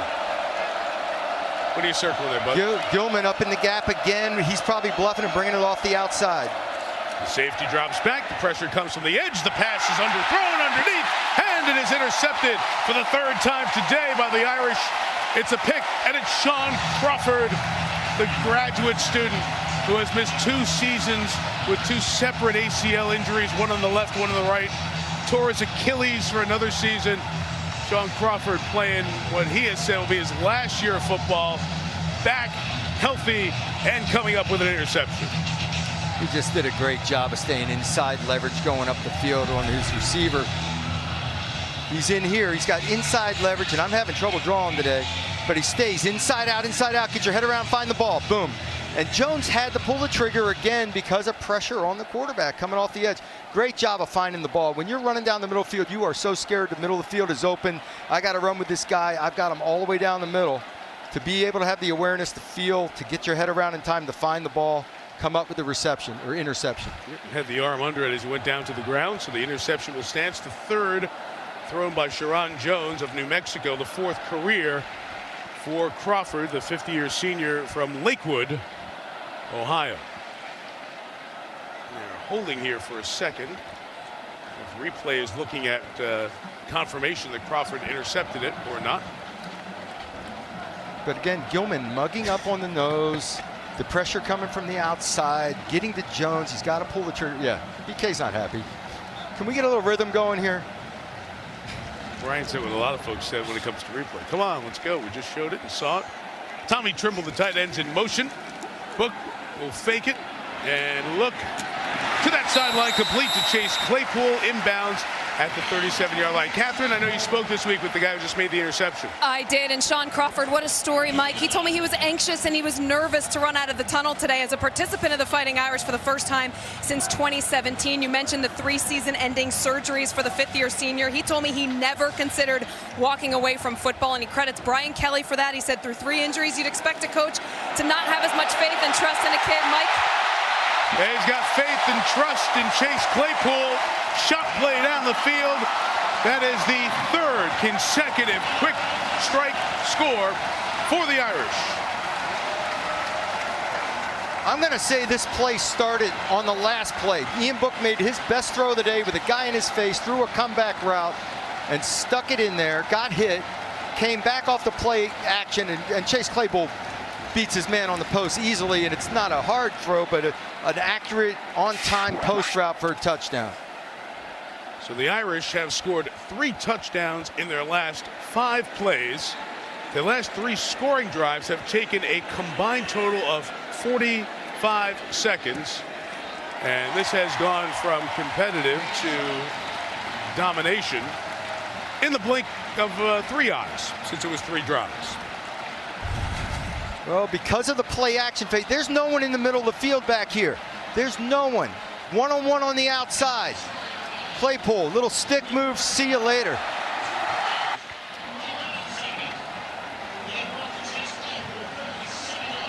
See, set your feet, coach. Everybody says, set your feet. He had pressure in his face. Ian Book fell away throwing that post, but he knew he just had the ball, get the ball out there. It was going to be a touchdown. The heck was set in my feet. I drift a little, fall away from the pressure, and let it loose. That's being an athlete. I love that. You know, so many coaches step into your throw, take the hit. He actually took the hit on the play before. But this one, I think the play before got his confidence rolling, because he stuck a nice comeback route while taking a hit. Well, there's the key word, confidence. This has to be such a confidence builder for Notre Dame. These quick strike scores that we have seen from the Irish. It started this time with a Sean Crawford interception. Sharon Jones and the turnovers have given Notre Dame a short field, and the Irish have made the most of it, up 35-0. A return on the kickoff by Dejon Rogers. Well, Brian Kelly has seen enough to understand how you have to have some patience along with the urgency that comes with the job at Notre Dame. This is year 10 for Brian. We talked to him about it yesterday. It's not like he thought about, oh wow, I've made it to 10 seasons here at Notre Dame. But when you do, you're in this company with all-time legends, Hall of Famers. The first 4 all won national championships, and they have statues dedicated to them at the gates outside here. But Brian Kelly has taken Notre Dame back into the conversation, which had not happened before. Once we turn the century. Jones with a run. Osmar Bilal the tackle. Catherine? Yeah, and Mike, if it's any player that knows Brian Kelly, it's 5th-year senior Sean Crawford. He told me that from day one, Coach Kelly was this idol that you see on TV, but that's changed over his years here because he's gotten to know him more as a person and not just a coach. He said he is relating to his players a lot more now than in the past. He also said he feels like every player has that personal relationship with Coach Kelly. They come, they talk to him about anything besides football, and he said when you have a coach like that, you'll go out there and play harder. You'll do anything for him. Well, Catherine, this is your 6th year on the sidelines of Notre Dame football, and Doug, you're even more around this program. What have you noticed different about Brian? Well, he made that big change a few years ago after the rough season, decided to be just a total realignment, reevaluated everything, and you could see him being around the players more and more, engaging with the players and all that. Now at this point, he's more relaxed. He's enjoying the role a little bit, a little bit of winning, but he understands the position of being the head coach of Notre Dame, what it takes, all the things that come with it. He's pretty much understood that from day one, but he's learned to bounce it all and enjoy it. When he hired an offensive coordinator and he turned the offense over to Chip Long, that gave him a chance to be the CEO head coach and not be deep in the details and the micro of an offense. Here's a nice run up the middle for Bryson Carroll get his first carry out of San Antonio, Texas. He has a first down, Catherine. Yeah, and Mike, along the lines of that role, he's had his headsets off a lot during this game. He's talking to the players. He's talking to Ian Book when he comes off the sideline. And as you mentioned, when Chip Long wasn't here, he wasn't able to do that. He was trying to manage everything. So we're seeing a different dynamic with Brian Kelly really over the last couple of seasons here. And he's gotten comfortable in this job. And this is not a job that is defined by comfort. The 36, Jones going to pull it and keep it. He did a nice job reading the play there, and he almost broke it free across midfield and into Irish territory at the 47-yard line for the senior out of Moreno Valley, California. It's nice to see New Mexico still fighting. I mean, early on, they were slugging it out and making plays. He pulls this very late, takes a look, boom, down goes, no contain. See ya. So Wilson Karamoa coming in with that crash down technique and play fast. Sharon Jones retreats, fires off his back foot. Alohi Gilman tried to cut in front of that pass intended for Elijah Lilly, and it is incomplete. And we've mentioned Bob Davies several times, the New Mexico head coach who was here for 5 years right at the turn of the century, and Sagatu Atele coaching in Bob Davies' absence. Bob, in a lengthy conversation with us this week, was very honest about what the Notre Dame program and that job is all about, and his understanding and appreciation for how special it is, how difficult it is. Only a few guys can have that conversation as this run's bounced to the outside by Bryson Carroll.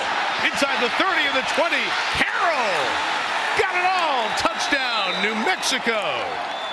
Well, the sophomore from San Antonio who popped in there last year as an emergency quarterback for a few snaps against Tulsa has a 47-yard first of his career touchdown at Notre Dame Stadium. Bryson Carroll with a moment.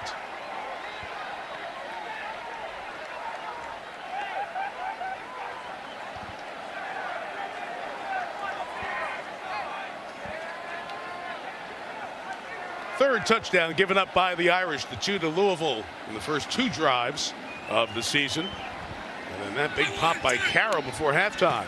Andrew Shelley knocks through the extra point, and it's 35-7. Drew White in the middle, he gets caught up in the rush. 66, Jan Koviak makes a great block here to seal the backside, and it's off and running. And Carroll is a speed guy.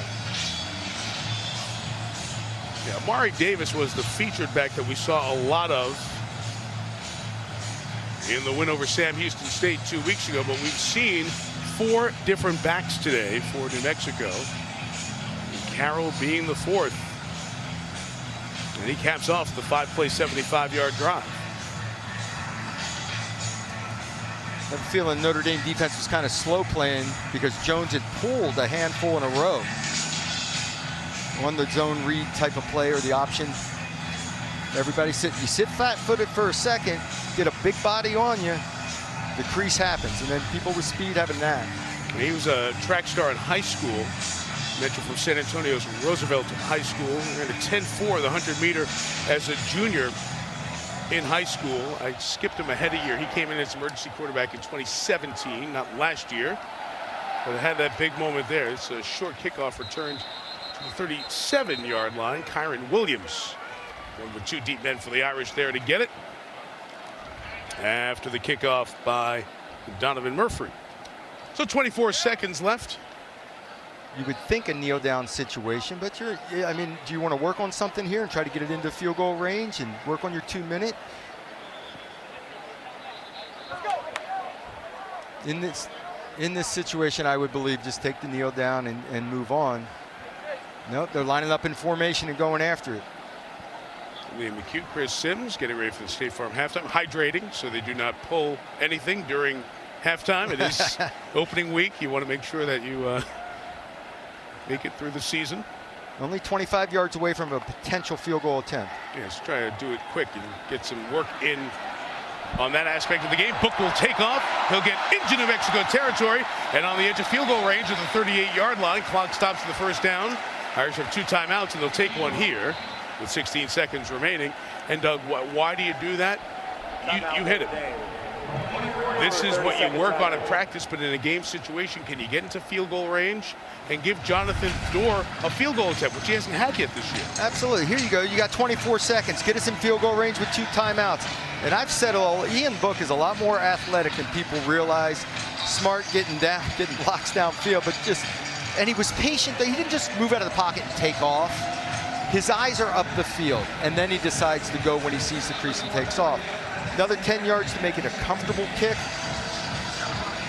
and a timeout, so the whole field's in play.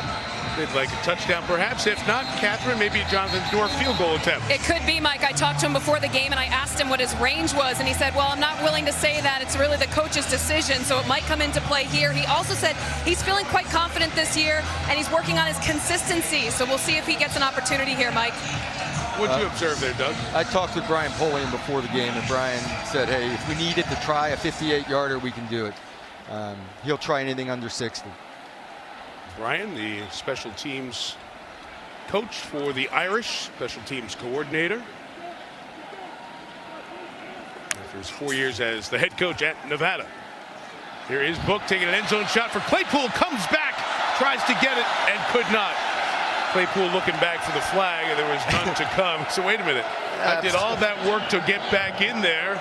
Absolutely. I mean, as he comes back under, he gets wrapped.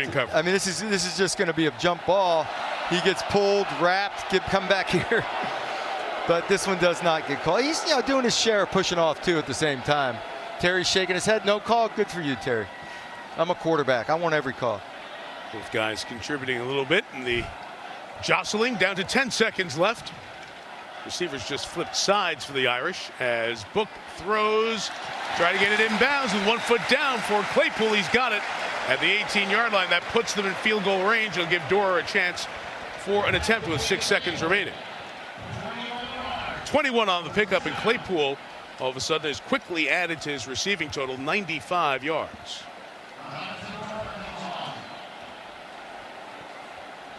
I mean, that's a nice little efficient throw there to get an easy field goal attempt. He's just running the out route, ball's in perfect position.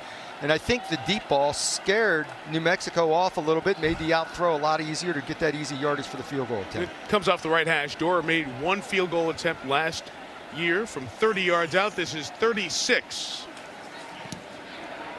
Operation good, and the kick is just inside and good. And that brings the first half to an end. A 31-point second quarter for Notre Dame.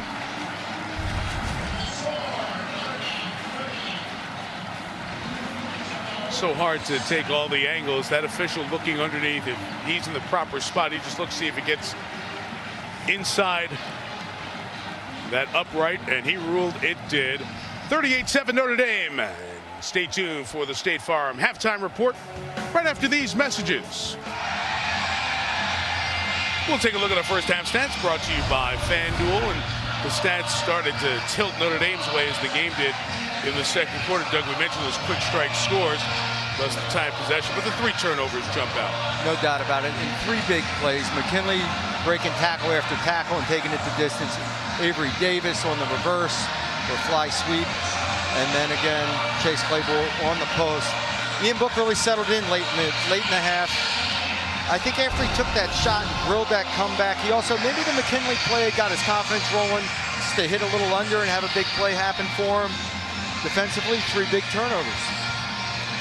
We'll hear from Catherine Tappan momentarily. She told us that Hugh Drennan, the return man for Sagatuatele on the left, the acting head coach for New Mexico in the absence of Bob Davie. Drennan will be out for the rest of the game. Took that big hit from Jeremiah Usu-Koromoa in the first half. Jonathan Dorr, who made his second career field goal, kicks off. A fair catch was signaled and made, so Dante Martin's catch means New Mexico gets to the 25, and here is Catherine. Well, Mike, along the lines of what Doug was just saying, I talked to Brian Kelly at halftime, and he said the Irish's slow start, it did have to do with Ian Book just settling down. I asked him if he was nervous, and he said, no, I just think it's a matter of him doing what we tell him to do, and he had to make a big play. That big play came with that post touchdown to Chase Claypool. That's where we saw the momentum of the first half change. He said he expects the Irish to start rotating guys in here in this second half, as long as the team puts up another score and that they have a good first drive, Mike. All right, Catherine, so we'll keep an eye on the personnel for Notre Dame and the interim personnel change for New Mexico as Tavaka Tuioti makes his season debut. The sophomore out of Long Beach, California, becomes the third quarterback to start a half for New Mexico in the 4 halves of football they played. That's incomplete. It was thrown low and scooped off the deck by the receiver, Jay Griffin IV. So Tuioti had a medical redshirt last year. He won the starting job in going into 2018, but had a concussion against Wisconsin, then a collarbone injury against Liberty, which ended his season. So was able to get the medical redshirt. He replaces Sharon Jones here. Tuioti, many believe, would have been the starting quarterback if he was there for all of training camp for New Mexico, but he sadly missed 2 week-long plus stretches to be with his ill grandfather who passed away in California. Amari Davis with the carry. He's pulled down that short side run for about 3. But Doug, everyone had very positive things to say about Tuioti's ability as a quarterback. No doubt about it that he's a gifted runner, talented, can make every throw. His pure athleticism is his #1 deal. And, you know, if it weren't for what happened through training camp and missing, he would have been the starter. So I think they're making that transition. He's got enough practice time in. Officially gain of 2, so it's 3rd and 8 for the Lobos out of the Mountain West. Blitz coming. Gilman was picked up. The pass by Tuioti is incomplete. As it came to the sideline, Sean Crawford has an interception already. Was there covering Jay Griffin IV. And that's a 3 and out to begin the second half for New Mexico. It's not a bad ball, though. It was on Griffin's hands in tight coverage. Stepped and throw with pressure coming at him, little blitz. So he stood in there and tried to deliver a strike. Tyson Dyer set to kick it. Chris Fink back for the Irish to receive it. Chris Fink, who was a walk-on and is now the Notre Dame captain. Quite a story for the 5th-year senior. Not a good kick, and the referee will wait. The referee's back there waiting for the official to line up where the ball's going to be. It'll be somewhere around midfield once they finally settle it. Well, Chase Claypool is just a plain stud. When he gets the ball in his hands, he's been trying to just make things happen. Back to the first game, and he does not want to go to the ground. He's a gifted receiver, route runner, good hands, and he's had opportunities on deep throw. This was, I thought, Ian Brooks' best throw of the day. But here, up the field, just before the half, big play, knowing where he is, and then the post route. He's had a couple shots at post routes. He is going to be making big plays all year long. He would be the guy, just under 6'5", and with the speed and talent as well. They marked the ball at the 40. The punt was 33, and Ian Book and the Irish back to work on offense. And pass caught by Tony Jones Jr., the running back, to the 45. A gain of 5. It is one of 4 running backs in the Notre Dame stable, with a couple of injuries to Jameer Smith and Jafar Armstrong. Yeah, those little backs out of the backfield routes are very important. And Tony Jones, that's not his forte, but he does everything well. His #1 asset is actually pass protection compared to all the other backs. It kind of makes sense. Most snaps played, most experience. Little touch pass to Chris Fink. There'll be a pass reception, and it's Fink. All the way for a touchdown.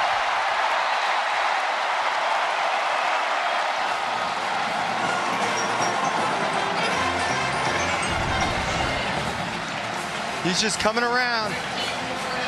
Misdirection, eyes are in the backfield. People get confused, and off goes Chris Fink. Chase Claypool makes a great block, puts his man on his back. I'll tell you what, Coach, I have 2 touchdown passes today if I'm playing. Those are touchdown passes, a little flip. Love it. Ian Book has 113 yards in passing on those 2 touch passes. The 59 yards scored by Avery Davis, and that 54 yards for the graduate student from Dayton, Ohio. It's a beautiful thing, passing yards for touchdowns. One more reason that stat has become more irrelevant by the day.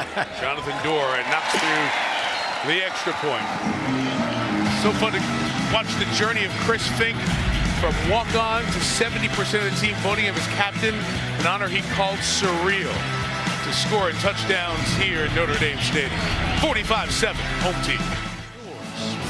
And by Coca-Cola. Share a Coke this football season. Whether it's the Word of Life mural in front of the Hesburgh Library, referred to commonly by many as Touchdown Jesus, but we'll give it the proper name so you know which building it is. or the Play Like a Champion Today sign. Everybody wants to have their picture taken here in South Bend. There you go. We're checking on you. We're live in there. Somebody's walking out of the tunnel. We're always peeking into what's going on by the sign. This will be a touchback, and it'll be at the 25-yard line for New Mexico. There's Chris Fink. Thought we had a chance to visit with him, and it's just so interesting to watch the evolution of a guy who's a walk-on, who you kind of stumble on him through the recruiting process to now what he's become. And he's such a key player on this team that's had a big strike second and third quarter. Just remember the day that he got his scholarship and how happy he was. He was really just a kid and now a leader of the team, a guy they lean on in the slot for third down conversions and big plays. Yeah, that video was pretty cool a few years ago. Was it 3 years ago? Here's the run on first down for yard. Well, we've got it. Here is the video of that moment for Chris Fink. So we're going to take him in Scholarship Nation, and that's Chris Fink.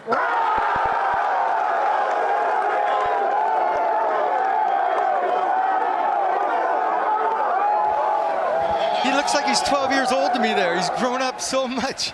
Right, in just 3 years, right? That was three years and a month ago in 2016.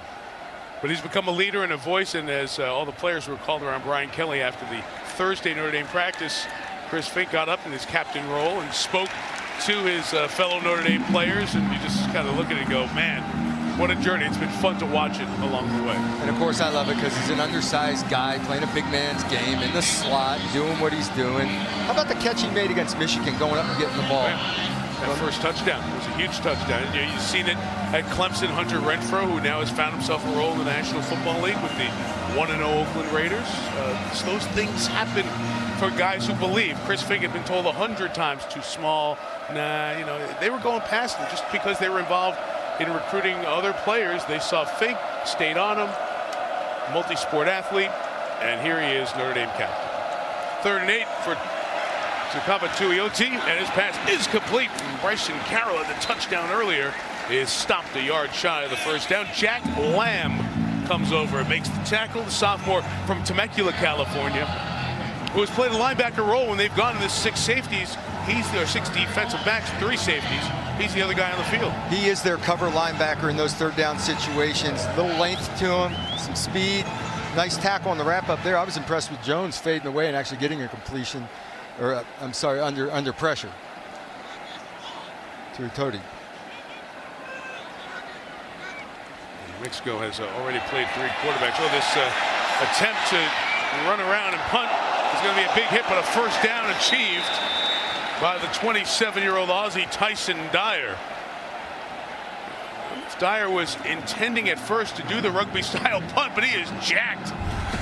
As he kept it, took the hit, saw a lot of backs and said, let me take off for this. Well, if he grew up playing Aussie rules, he's used to the contact. He did just bobble it. This was not intended. Made a little bobble. Turns it into, oh no, here we go. Look out, let's go for it. And he went straight up the field to get that first down. As Patrick Pellini got in for the stick. Look at the smiles. Dyer will have his moment. He ran for a first down in Notre Dame Stadium.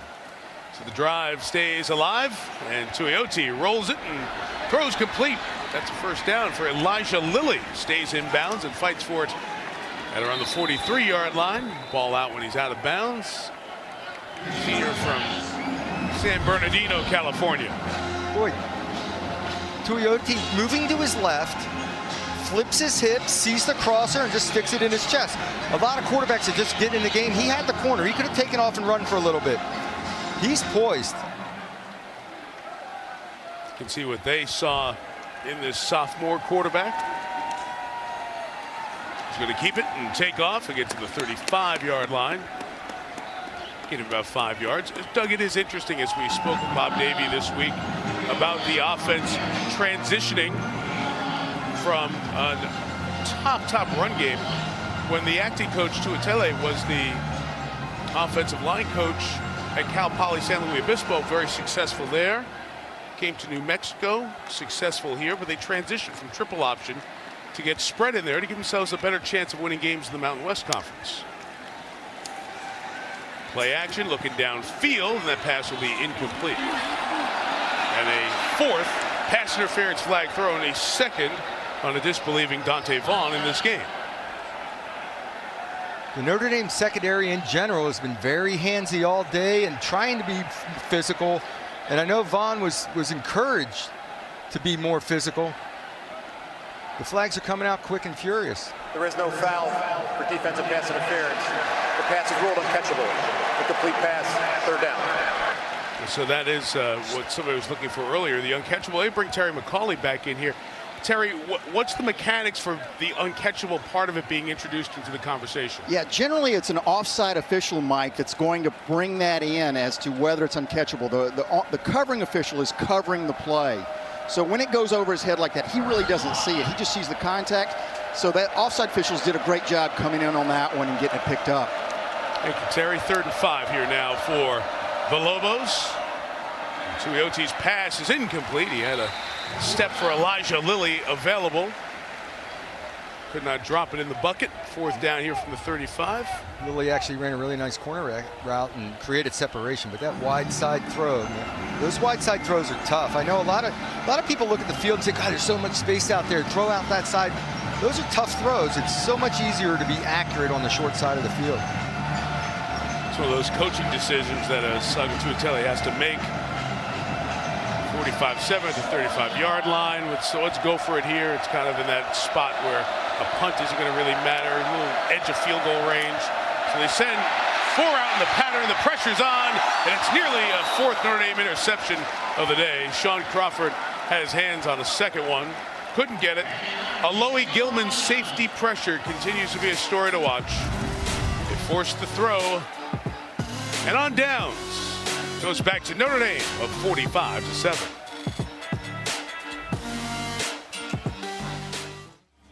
Mike Tirico, Doug Flutie, Catherine Tappan, Chris Sims, Liam McHugh with us, of course, and Terry McCauley, our rules analyst in the booth. Rob Highland, our producer, Pierre Moussa, our director. Glad to have the Notre Dame fan back with you here for another season. It's a handoff to Tony Jones Jr., who will get 9 yards here on this carry.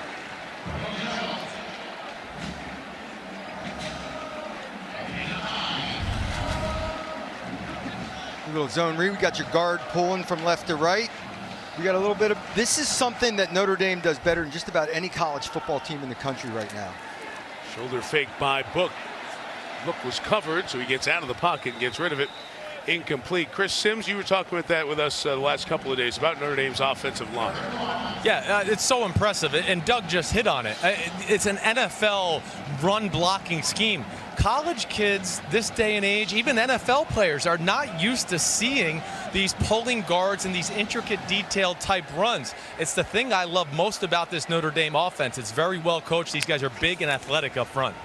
This is a 3rd and 1 run, and Chris, that's the odd part, is Jones here is close to the first down, but looks a little shy. Jeff Quinn, the offensive line coach, who replaced Harry Heastan. Harry was here for a while, then went to Chicago with the Bears in the NFL. Jeff Quinn was the head coach at Buffalo. This line has not fired off the ball in 3rd and short situations now for the first 6.5 quarters of the season. They were stopped, and they're looking up at the big board to see what happened on that one. They were stopped a few times against Louisville, and they've been stopped 3 times here today in 3rd or 4th and short. Injured player for New Mexico is Aaron Austin, their senior defensive lineman. Can't afford to lose another guy up front. They lost Aaron Blackwell, their captain, to a torn ACL. He was their most impact player up front. Hey, Mike, you're exactly right. Go ahead, Chris. Oh, sorry, Mike. I didn't mean to cut you off, but you're exactly right. They did not dominate the line of scrimmage. The one thing I'll say to that, though, early on in the game, first quarter, it was inside, outside zone. Right. New Mexico's used to seeing that. Those are the type of run scheme they run on offense. So their defense very comfortable with what they saw in the Notre Dame run game early on. This is 4th and short, and the Irish are going to line up to go for it here from their own side of midfield.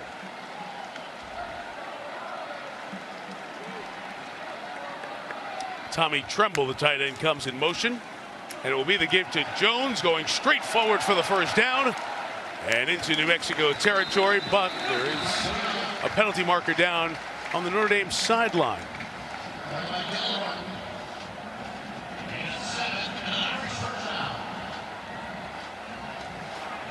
offside defense, number 95. Penalties decline. Result of the penalty, first down. Doug, this time the offensive line with a push. Now it's getting a little later in the game, and the big offensive line is starting to take control. This is just a driving off the ball, short yardage situation. Kick out block by Tremble, pulling left to right and up through. That's the first successful short yardage run they've had today. Book first down. Pressure in his face. Put it up top, and Tremble brought it down to the 20-yard line. So Book hangs in there, finds Tremble, and the gain is 29. Well, that's a big-time throw. Coming off the play fake, pressure in his face, getting hit while throwing off his back foot and laying up over the top and giving his tight end a chance. Tremble is an athletic kid, just a freshman, making plays down the field as a tight end. Jones Creek, Georgia, he's headed back to his home state next week. Book, end zone, and it's brought in for a second Javon McKinley touchdown.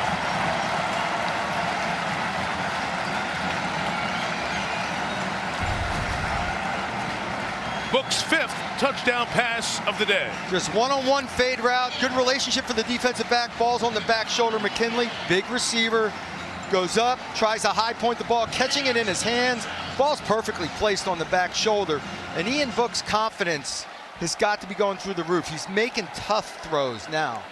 And McKinley, let your big receivers go make a play for you. And McKinley does. I mentioned Miles Boykin, who was part of the Notre Dame receiving corps last year as their top option with 59 catches. He's now with the Baltimore Ravens. Caught a touchdown pass in their blowout of Miami last Sunday. So opportunities to step up, and McKinley's done it here. 2 touchdown catches on the day. To predict what will happen, try out the new free-to-play game. Sunday night, 7 on NBC Sports Predictor. $100,000 in cash prizes each week. $2 million total this season. Download the NBC Sports Predictor app now. Now, for some of the students, for the freshman class here in South Bend, it's their first home game, and it's a home opener to remember. It's been 35 years since the Flutie season, as we refer to it, 1984, that Notre Dame scored over half 100 in a home opener. It was against the Colorado Buffs back then. It's the Lobos here. No return, and time now for Above the Rest, brought to you by Jersey Mike's Subs. Let's talk about the secondary. We talked about the flexibility of having 3 safeties that can come down in man coverage. Kyle Hamilton with the interception. They can rotate, come in and out, and be in coverage. Really athletic group, right? They're very flexible, like you're saying, Doug. And Jalen Elliott, the rest of the defensive secondary, so well coached, know where they're vulnerable, and did a great job of locating the football today. 3 interceptions, nearly a 4th a moment ago. And part of a dominating defensive performance as this game has worn on. Tuioti pass is complete to Jay Griffin on the near side. Griffin will be just inside the 40-yard line. Kyle Hamilton out there now in base defense. The Irish are starting to rotate some reserves in Houston. Griffith is playing a corner. Tariq Bracy playing another corner. So Notre Dame's starting to get the backups in, as I would guess most of the starters' days are done.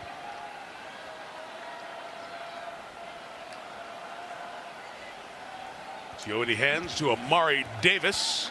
Davis will take it to the 41-yard line, just a gain of 2. How about the fact that Avery Davis gets on the field, first touch of the ball, he's gone for a touchdown. Kyle Hamilton's first play on the field, interception, return for a touchdown. I mean, these kids are going to have to be have an impact on this team, and they stepped on the field their first play and had that impact. Well, Brian Kelly said what he was happiest about the Louisville game was the youth, the depth of this team showed. Those guys played better than a lot of the veterans and the experienced players. Throw into the boundary. Nice little move by Jeffrey Jones Jr. Didn't play in the first game. The senior from St. Louis, Missouri. We'll have a Lobo first down as we dive under 6 minutes. Chris Sims, we've talked about this going back to the Georgia game a couple of years ago. That was the game where, for me, I thought, you know what, Notre Dame's recruiting depth and talent was starting to show, because they belonged on that field with the Bulldogs in here that Saturday night. Belonged on the field, no question about it. Could have won the football game. You know, I get sick of this conversation with Notre Dame football. They got all NFL offense and defensive linemen. Julian Okwara is going to be a first-round pick at defensive end, and we're seeing they got playmakers out in space on the defensive side of the ball as far as wide receivers or defensive backs. Yeah. So to New Mexico, Aaron Molina. Hey, that's a heck of a throw. Off balance, spinning his hips to his left. I mean, I know it's underthrown, but he's trying to throw this 65 yards while rolling left. Molina makes a play on the ball in the air, but then it's just an effort to get the ball down there. Tariq Bracy stumbled when he turned upfield, couldn't get himself back in position. It's a 41-yard gain for Molina from Albuquerque, the home of the Lobos, where their 22,000 student campus is. And see if Tuioti can put one in the end zone for the first time this season.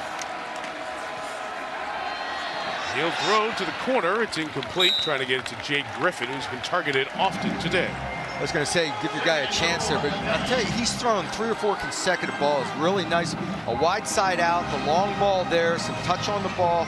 That one was a poor throw. You've got to give your receiver a chance. But he's moved the football, and he can throw the ball from different angles. Off balance, drifting, moving to his left. So Vaca Tuioti. Played 8 games back in 2017. There's the zone read, and they give up the middle to Davis. Amari stopped at the 3-yard line. It'll be 3rd and goal coming up. I mentioned New Mexico beat Sam Houston State in their opener 39-31. Sam Houston State is a ranked team in FCS, the old 1AA. And Bob Davey telling us that's a team to keep an eye on in FCS football this year. New Mexico State is next for the Lobos. Their annual Rio Grande rivalry game in Las Cruces next week. Direct snap to Davis again. That worked in the first half. The Irish wise to it the second time around. Jason Adami Lola made the tackle. Tuioti took it a little further. He even walked away and looked at the bench area to say, hey, you know, give me a play call here. Give me, what's my audible, coach? Where are we going to go with it? This time, Notre Dame's defense was ready, reacted on the snap of the ball. So New Mexico will take the points and try to take the Andrew Shelley field goal.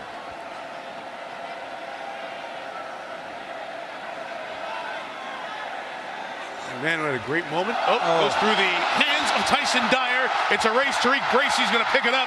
And Dyer, who had a run before, has a miscue here, but a tackle on the play back at the 42-yard line. I mean, right through the hands. Aussie, Aussie, Aussie. Oi, oi, oi. Bracy picked it up. Irish will take over. Kyle Busch, Denny Hamlin, last year's champion Joey Logano among the 16 drivers contending for the championship. Playoffs begin tomorrow, 7 Eastern on NBC SN. Phil Jerkovic, who was in for a couple of snaps on that last drive, takes over, takes a shot downfield for Lindsey, who caught it. Braden Lindsey, the speedster from Oregon, brought it down first. They rule his possession at the 5. Well, if Lindsey's on the field, he's going deep. He's running a go route or he's running a post. He takes off. Jerkovic lays it out there, and he makes a play on the ball. Perfectly thrown ball. Marked at the 6, gain of 61. Jerkovic on the inside give. And Sipo Flemister is stopped by Mo Vainicolo. He's running full speed. You know how difficult it is to catch a ball when you're at full tilt and reach with a hand in there too, and then the hold on, go on the ground, take it to the ground. Little smile, Book. Super speed guy is Lindsey. Book is throwing him some deep balls in practice. Here's a flag for a false start. False start, offense. Number 80, 5-yard penalty, second down. Micah Jones, wide receiver. We kept hearing Jerkovic throwing the ball so well down the field, throwing it down. And every time we watch him, it kind of looks like he pushes the ball a little bit. It's not the prettiest motion. And it wasn't overall really impressive every time I've seen it. But this ball, he spins it. He sets his feet. It's also easy when you come in the game and you know, look, just throw it deep and lay it out there. And he did. He let it rip and put it right on the money. Second and goal. Jerkovic's going to pull it and keep it, and he'll take a hit on the side for about 4 yards. So the Jurkovec story, for those who don't remember, he was a freshman last year, a highly touted recruit. He came out of the Pittsburgh area in Pine Richland High School, as we showed you. A high school senior, came in with the 39 touchdowns, all the numbers. He was the Gatorade Pennsylvania State Player of the Year. And last year when he came in, it looks like he lost a little bit of his confidence because there was a lot of volume. It was a big step up in the football department in terms of plays, playbook, and all that. And it was a bit of a struggle, and with that, some confidence deteriorated. From the 12, about to get hit, he throws, it's incomplete. As the rush was coming around the edge, it was Trent Sellers, and a flag is called. Is that for celebrating? Unsportsmanlike conduct, defense number 84, taunting. Half the distance to the goal, first down. Sellers made a play getting around the edge. And Tuatele, the acting head coach. 60, Cole Mabry on the right side is in the game, and he gets beat by Sellers, comes around the corner, makes a play. I missed what happened at the end afterwards. On the give on the inside, it's Flemister. Check the number again to the 3-yard line. Avery Davis in there as well. It was Sibo Flemister, the sophomore, with the carry. You talk about the confidence level. I mean, last spring, Phil Jurkovec got in the game with an offensive line. They're basically high school kids. And he was flustered and didn't have a great spring, so it was even more frustrating for him. Give it to Flemister. Put a foot in the ground, turned it up, and got taken down by Cameron Miller, a junior from Las Cruces. He's a high school champion state quarterback. High school state champion quarterback, I should say. Played for his dad during those high school days. But yeah, the Jurkovec story was interesting even in camp this year, because the first couple days it wasn't great, to be honest. And Brian Kelly has got him at camp and had a real heart-to-heart. And from that point, he has been a more confident quarterback. Jurkovec bailing, rolling, flipping, back in the end zone, incomplete. Joe Wilkins Jr. working the back line. There is a flag down in the end zone.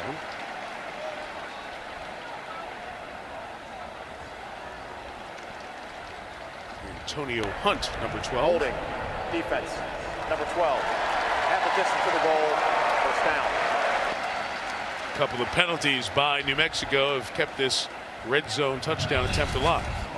Kind of after the fact, down the bottom here, little pull, tug on the jersey, keeps him from reacting to the ball in the air. You know, Jurkovec has a little bruise on his left quad. He's moving around all right.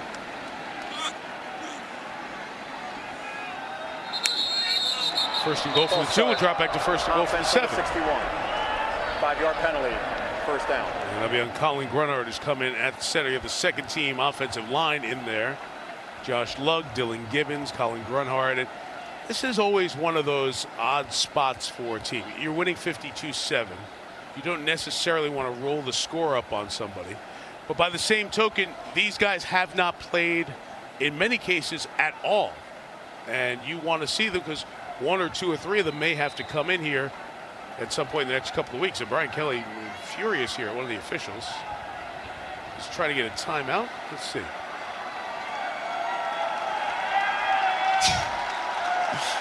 Earl Weaver, are we getting after it? He said somebody called the timeout.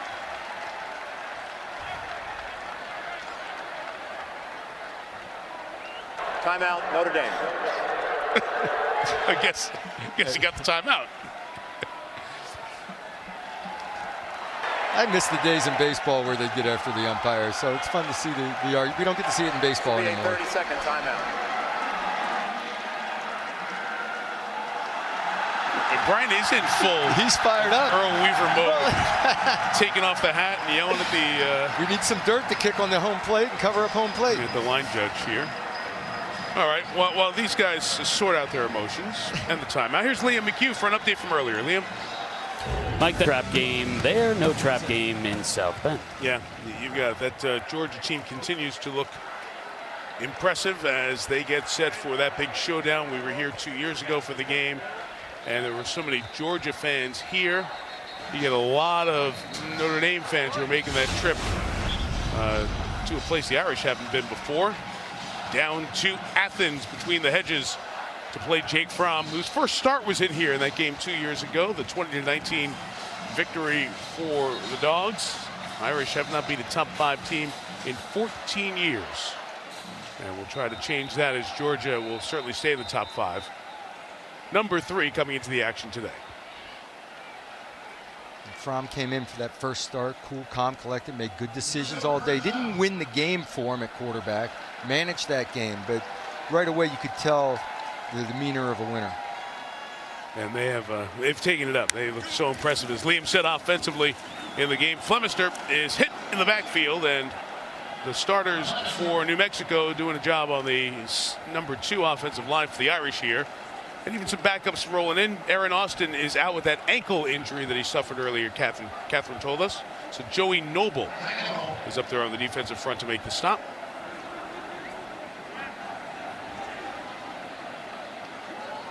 Final seconds of this third quarter. And Jurkovic will keep it in all kinds of trouble. And he'll go down to the 19-yard line to bring the third quarter to an end. After 3 in South Bend, Notre Dame 52, New Mexico 7.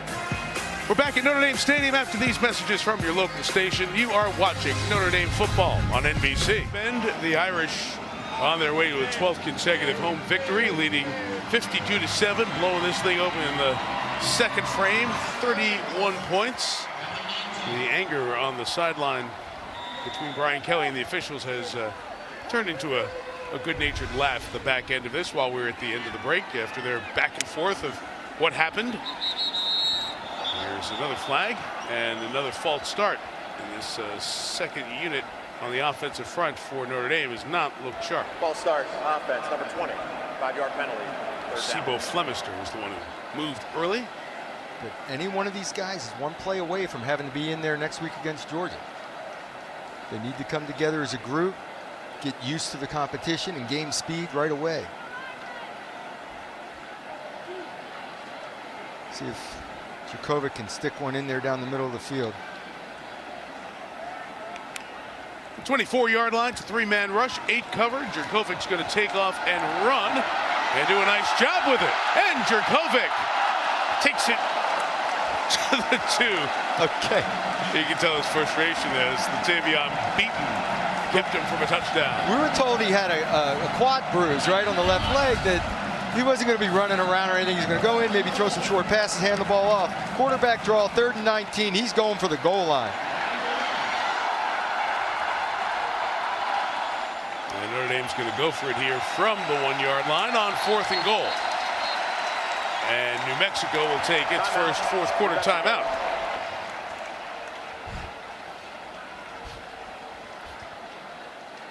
Jurkovic did rush for 1,211 yards and 24 touchdowns in high school, but it's 6'4", 227.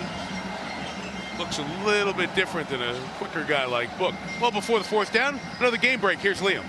Yeah, it's an interesting game to watch. The quarterback injury early on in the season in week 1 for USC led to Keaton Slovis, and he played very well last week against Stanford. He's 16 of 22, but 2 picks in the first half for USC. USC really feels like a run-and-shoot offense as they have tried to find what is going to work best to keep that staff intact. And they'll come in here to South Bend in October, the end of a 3-game homestand. We'll have that for you in prime time on NBC. 4th and goal. It is Flemister to the end zone for a touchdown. Sibo Flemister. First touchdown for the Fighting Irish. Trevor Rulin at right guard closes things down, but it's Flemister that has to run over 2 guys to get into the end zone. Nice job just getting low and driving. He brought a little something with him. Another guy going back to his home state next week of Georgia. 35 touchdowns as a senior in his high school career. 10 plays, 67-yard drive. Just under 4 minutes, and Jonathan Doris extra point. The Irish have scored on their last 7 drives and lead by 52. If you have not been to South Bend for a Notre Dame game, that's one thing to come check out. Here is a Notre Dame debut. Harrison Leonard, a freshman kicker from Jamestown, Rhode Island, went to Avon Old Farms High School. Preferred walk-on. Showtime. his first kickoff will be fair caught.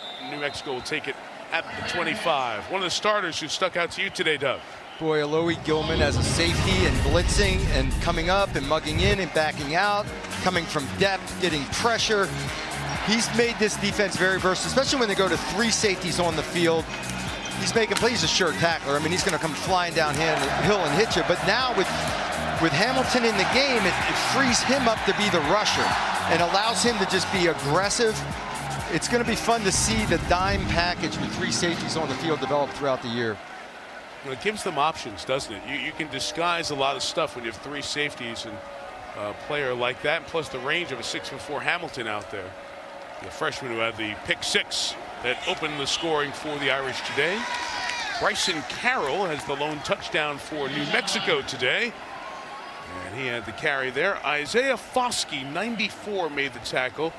A very raw defensive end with speed and power and length, making his Notre Dame debut as Kyle Hamilton, another part of this freshman class, gets some snaps out there at the backup safety along with DJ Brown.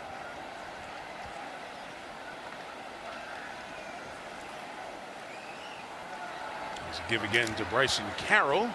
Gets himself to the secondary to the 34. The ball comes out, but after he is down, Jason Ademilola, the 2 twins, along with Justin, or brothers, I should say, making the tackle.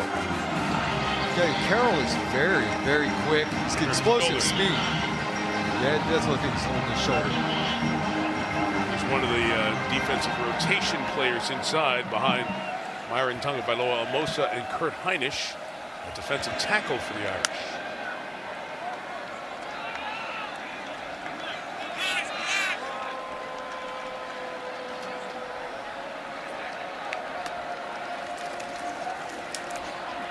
On 3rd down, it'll be a 1st down as they pop it out with Kentrail Moran. Seeing action for the first time for New Mexico here this season. No shortage of athletes on that side of the ball, receivers, backs. Just the power and the speed of the defensive ends of Notre Dame have been getting to the quarterback, disruptive in the backfield.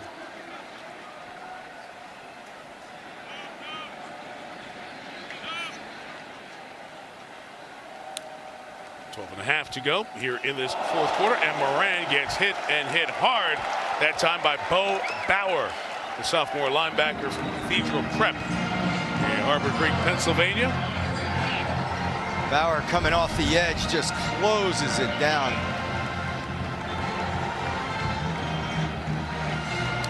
Bauer and Simon, Jordan Genmark Heath, Jack Lamb, Drew White, Osmar Bilal, all the names you've heard at the linebacker position here for Notre Dame. We'll continue to see that play out as the season goes on. That's the position that defensive coordinator Clark Lee coaches.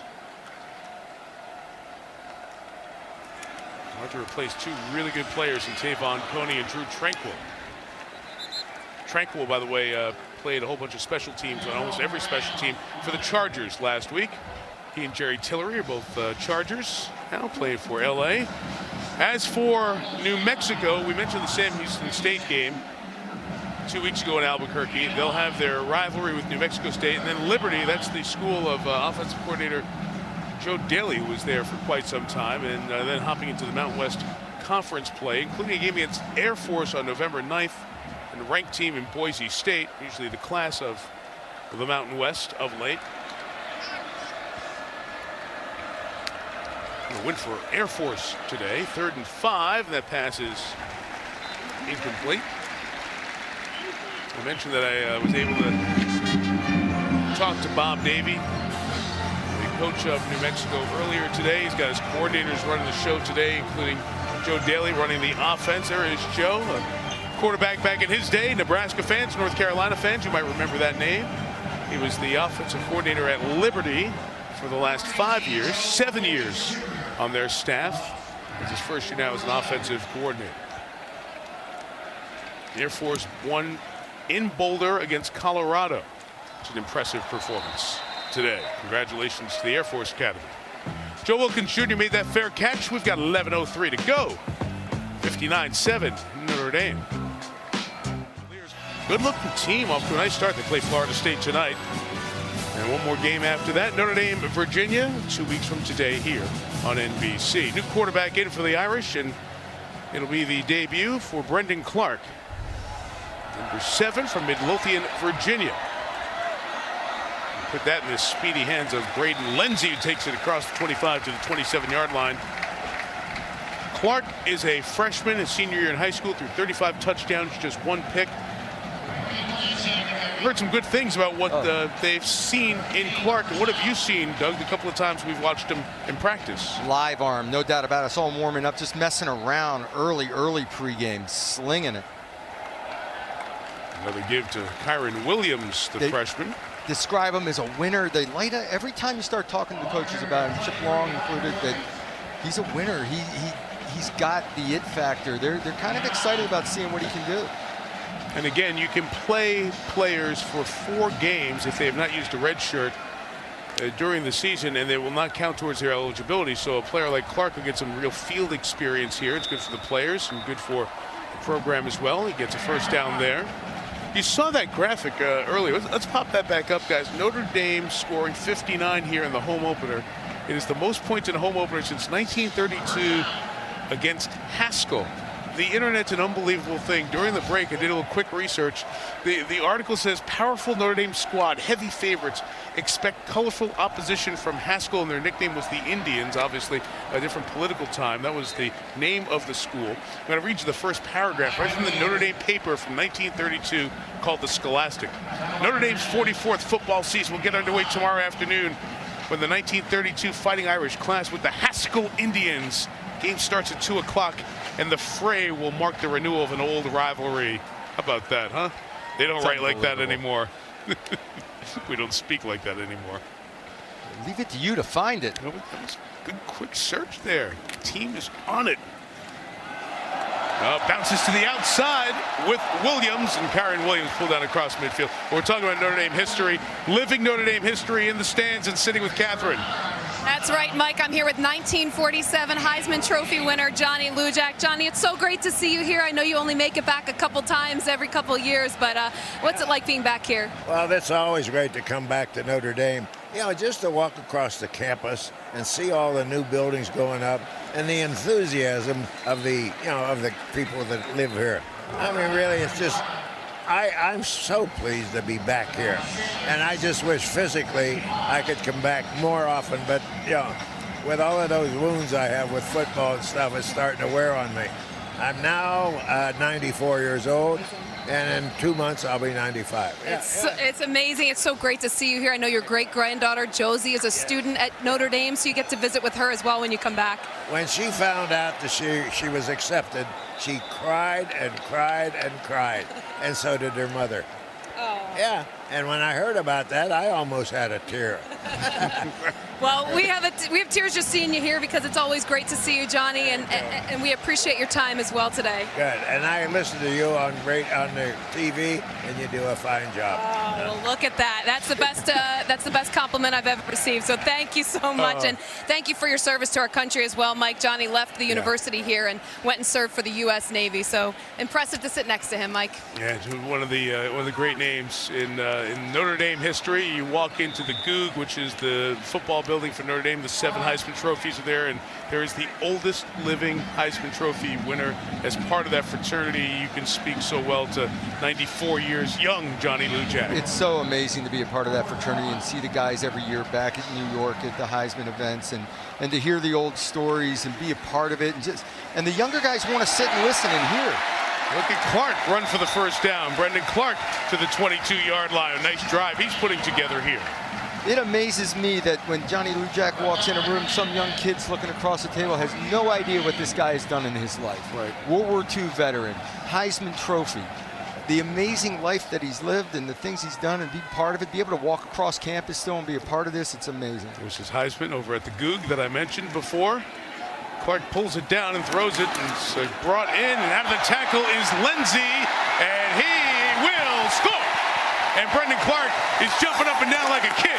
He's got his first Notre Dame touchdown pass, and he threw it to Brendan Lindsay, who has his second of the day, a 22-yarder. Well, he's got to buy Lindsay dinner because Lindsay did the work. breaking tackles and getting to the end zone for him. It was a little late getting out there because of the play action fake. And Lindsey hangs on. The focus on the catch was the tough part. Then he broke the tackle, gets in the end zone. And I love the run that Clark had before this that helped set it up. This is a tough kid at quarterback. Chip Long was talking about how he dislocated his finger, and Chip didn't even know about it for a couple of days. Right. Braden Lindsey finds the end zone. We mentioned him when he got that big play earlier. His speed, as the extra point is added by the backup kicker, Harrison Leonard. Lindsey's a 200-yard meter runner, I should say, in Oregon history, 6th all time. Look at Clark's reaction, jumping up and down. Good for him. In Notre Dame Stadium this summer, and everybody was talking about the star factor and the buzz around some of the highest profile athletes in the world who play in the Premier League for Liverpool. Next is Georgia. They won big as well. Here's what Kirby Smart was saying after the game about next week. We played in a lot of big games. We got a lot of kids in that building, in that team room in our building that have played in big football games, so they're not going to be intimidated by that. But Notre Dame has a very good football program. They've got a really good team, and they've got a coaching staff to do a tremendous job. They've been one of the top 4 teams in the country last year, guys, and played Clemson super tight throughout the game. So I got a lot of respect for them and their program, and they do a great job. I think that's a mutual feeling after that 55-0 win today over Arkansas State. The comments of Kirby Smart. Beautiful catch down the sideline here by Aaron Molina, his second big ball of the day. And Molina will bring it down to Notre Dame territory at the 37-yard line. Chris Sims, you're down in the field as we watch Molina work on Dante Vaughn here.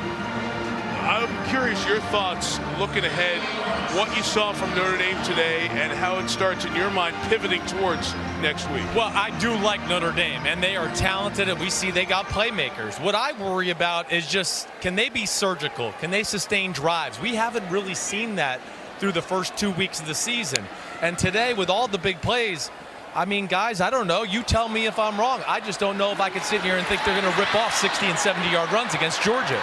Bobby Cole just ran a big run, and he rips off a touchdown. So Bobby Cole, again, not one of the top 3 running backs on the New Mexico depth chart, comes in, gets his first touch, and gets a 37-yard touchdown. A little pulling guard and tackle, and this is Mosley, 78, coming around the corner, kicking out, up and under. Nice explosiveness by Cole. They've got athletes. New Mexico gets the ball in the perimeter or open field. They have the ability to make big plays. That's a big moment for him in Notre Dame Stadium. I mean, that might be the moment of his career. Andrew Shelley adds the extra point. Redshirted as a freshman, played in 2 games and redshirted again last year. First carries of his career, a touchdown in South Bend. You know, it's a truly dry heat in Albuquerque, and they were concerned about the humidity here today. Very pleasant day. Weather was not a factor, 75 and sunny, but there were extra cooling fans on that New Mexico sideline. Irish have scored 9 touchdowns. They've scored in their last 8 possessions. 8 different players have scored. McKinley with 2, Book, Claypool, Braden Lindsey, Avery Davis, Chris Fink, and Sibo Flemister. Touchback there. We mentioned Mr. Book. What about his day, Doug? Well, I thought from the beginning he looked a lot more relaxed, but it took a while still to get going. This was the play that really kick-started him, I thought. Came out, drills a comeback while taking a shot. Bounces right back and throws the post for a touchdown. He was off and running. Chris? Yeah, it really was, and that got him going. You're right. And then this is the type of throws he's going to have to make next week. Really impressive. Pressure in his face. Nice touch over the top to Tremble. And then another ball. Just, hey, give these big receivers a chance. Let them go up. They got great athletic ability. They're big. They're long. He really found his rhythm there. At the end of the second quarter, third quarter there, it was a different quarterback we saw. I just felt like he was throwing the ball with a lot more touch and confidence and just putting it where he wanted. It was a relaxed throw rather than a forced throw. All right, 66-14. Mick Asaf has come in the game for Notre Dame, and he takes that carry. Asaf, a senior from Atlanta. As Notre Dame gives everybody a chance to play here At the back end of this game, John Lager, 81, tight end, is also in the game. It'll be very interesting to see, as you look at John there, how Notre Dame spins this forward towards next week. Because certainly it's a step up for both teams. Georgia has played Vanderbilt. Vanderbilt does not look as good this year as it has in the past. He's carried to the 31-yard line. So that'll be a lot of big build-up. It'll be a big national game next week in prime time from Athens. Well, we're just starting the season here. It's wrapping up in the Premier Lacrosse League, and the playoffs have hit round 2. The Redwoods and the Chaos in this inaugural season are in action right now on NBCSN. The winner's going to take on the Whip Snakes in the championship. It'll be next Saturday here on NBC. And, you know, a great lacrosse tradition here in South Bend. 8 Notre Dame players are on that Redwoods squad that is in action now against the Chaos. So that is coming up NBCSN currently, next Saturday on NBC. Kevin Corrigan's been the longtime lacrosse coach here for 3 decades about at Notre Dame. An injury to Justin Harris from New Mexico as he got blocked coming around here. They're trying to clean up this blindside block issue, Terry, in college football this year. Yeah, Mike, this is the new rule. Forcible contact, open field against a player who doesn't see the block coming or doesn't have a chance to defend himself. Clearly, this is a violation of the new rule in 2019. Interesting. No flag was thrown on the play. And Terry, why we saw him hit with the shoulder, not hit with the helmet, and that targeting stuff is not involved there. Why have they tried to specify the rule for a play like that? Well, at every level, the NFL and college, they see a lot of injuries, not just shoulder or anything injuries, but it does lead to concussions. When you see depleter blocks, you know, usually it's on interceptions, punt returns, sometimes kickoffs. They want to get rid of those because there's a much higher chance of injury, including concussions, on these types of plays. So one of the things to look for is when a player gets, and they talk about getting blown up in the old football parlance, when you see a player get knocked off his feet like that, for an official, I would imagine that's an indicator that that flag might come into play there. Yes, and it's got to be forcible, which this one clearly was. It doesn't, not necessarily just when he's knocked down, but a forcible knockdown like this is going to be a foul, or is a foul. Well, thank you, Terry. It's so great to have you here. And really, the rules changes we've seen over the last few years have been for that purpose. Health and safety of players as you learn more about football and the plays that lead to injuries. There's the return by Dejon Rogers to the 35. Well, we remember it. It was almost a couple of years ago today we were here for that terrific game, Georgia and Notre Dame. Brandon Wimbush, now at Central Florida, was the starting quarterback for the Irish, and that was the play of the game. That touchdown hauled in, gave Georgia the lead, and then the pass rush at the end closed it out. And Kirby Smart and the Dogs came in and got a win, in addition to the quality of the game, which was very high. I'll never forget the scene in here because there were so many Georgia fans, and they were so passionate about coming up here as Notre Dame fans are about going down there. The whole weekend they were here. They were here for 4 or 5 days. They took over South Bend, and that whole section, I mean, they were all over the stands. It came down to Notre Dame had the ball near midfield there when that fumble happened. Yeah, the new quarterback, by the way, Trey Hall, redshirt freshman, has come in for New Mexico, the back end of this 52-point game. Notre Dame can go to Georgia, not win, and still be okay in terms of the long range. But this is the first massive test for this team. What have you learned about them today that will impact what they do between the hedges next week? They need to find power football. I mean, today we assumed they would work, that Notre Dame would work on the passing game and run the ball when they had to. And when they had to early on, they got stuffed. It wasn't like when we want to run the ball, we're going to run the ball down your throat. It didn't happen. And now maybe you're holding back on certain schemes. And Notre Dame does have a great offensive line. They're going to have to be able to run power football. Will they be doing all the pulling they'd like to do with their O-line with faster defensive players, with the quick defensive ends? Remember last time they played, the defensive ends gave the offensive tackles of Notre Dame a really hard time getting pressure on the quarterback. So the speed of the game is going to click up, and they better be ready. You see the schedule. We'll have a 3-game stretch, 3 Saturdays in a row. Virginia, Bowling Green, And in primetime, USC on NBC as Lawrence Elo Johnson, redshirt freshman from Wisconsin, gets his first carries. And you look at the other scores of this day. Saw the Stanford score there go by, and they're getting beat significantly in Orlando. Brian Kelly going to try to knock off a top 5 team for the first time in his tenure. This is a massive attempt to try to go win at Georgia. The Georgia team that came in here, the Georgia team now, there's a significant upgrade. Georgia, you know, you think of the old days, those of you who would go out in your college days, there was always a VIP area behind those really blue ropes, you know, the velvet ropes. I mean, there's Alabama in there, and there's Clemson, and you got to say Georgia's in there because they've played toe-to-toe with Alabama. LSU's knocking on that little window. Yeah, but they're just in this year. You know, they're the flavor of the month, no doubt. They belong. Ohio State belongs in there. Yeah. Ohio State is consistently year in year. I know a bad loss here and there. They look good in one of those spots against Indiana today. But those 4 teams, add Oklahoma perhaps in the conversation. Those are the teams that have been in there. And Notre Dame, this is not disrespectful, they belong in that group of the next tier of teams. As this pass thrown downfield by Trey Hall is incomplete. But the Irish were clearly offside on that 4th down, so that'll move the chains forward with 1:47 to go. Offside, defense, 5-yard penalty, first down. And Notre Dame has moved itself into that next tier. This is a game that you can grab everyone and say, we belong with everyone in all conversations. Not just the silly mumbo jumbo that gets thrown out there that Notre Dame doesn't belong in the playoff for many years going forward. Paul Feinbaum said that on the air. Paul's a friend, he's a nice guy, but that was for show. That was a garbage comment. You know, Notre Dame played just as well as Alabama did, candidly, against Clemson in the playoffs last year. And anybody who knows football would tell you that.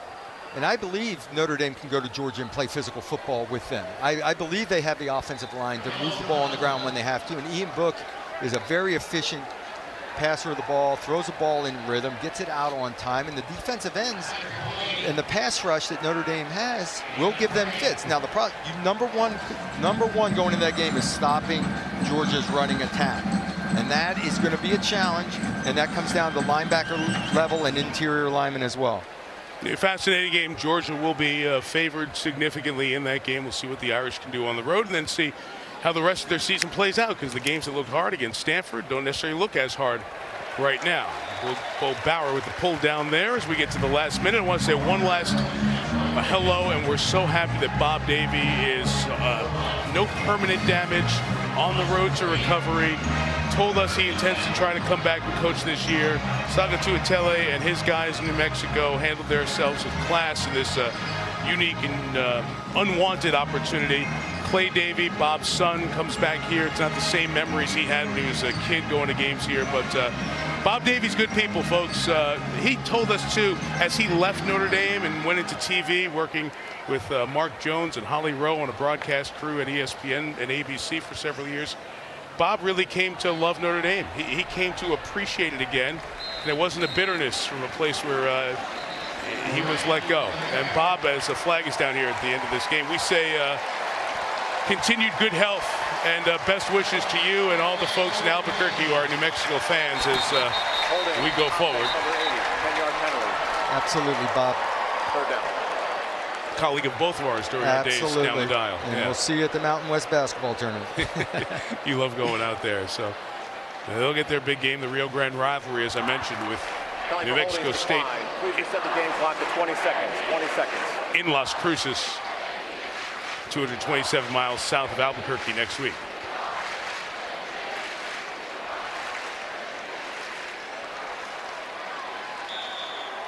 Notre Dame, 591 yards, second most in school history to that 2006 performance in the Fiesta Bowl against Ohio State. So some big numbers. A whole bunch of guys got in the end zone. A lot of folks had their first chance to play a game, and Brian Kelly wishes the best to Sagatuatele, the New Mexico program, going forward. We're back here in 2 weeks. The Virginia Cavaliers and Bronco Mendenhall, good-looking team, will come calling. They've got an exciting quarterback to watch, too. We'll see them in action against Florida State tonight and then back here in a couple of weeks. Brian Kelly's press conference is coming up on NBCSports.com. Except on the West Coast, please stay tuned for your local news. And tonight, America's Got Talent semifinalist on stage, and then an all-new Dateline on NBC. NBCSN has those Premier League lacrosse playoffs going on right now with the Redwoods taking on the Chaos. For our entire team, Mike Tirico, so long from South Bend. Thank you for watching Notre Dame football on NBC.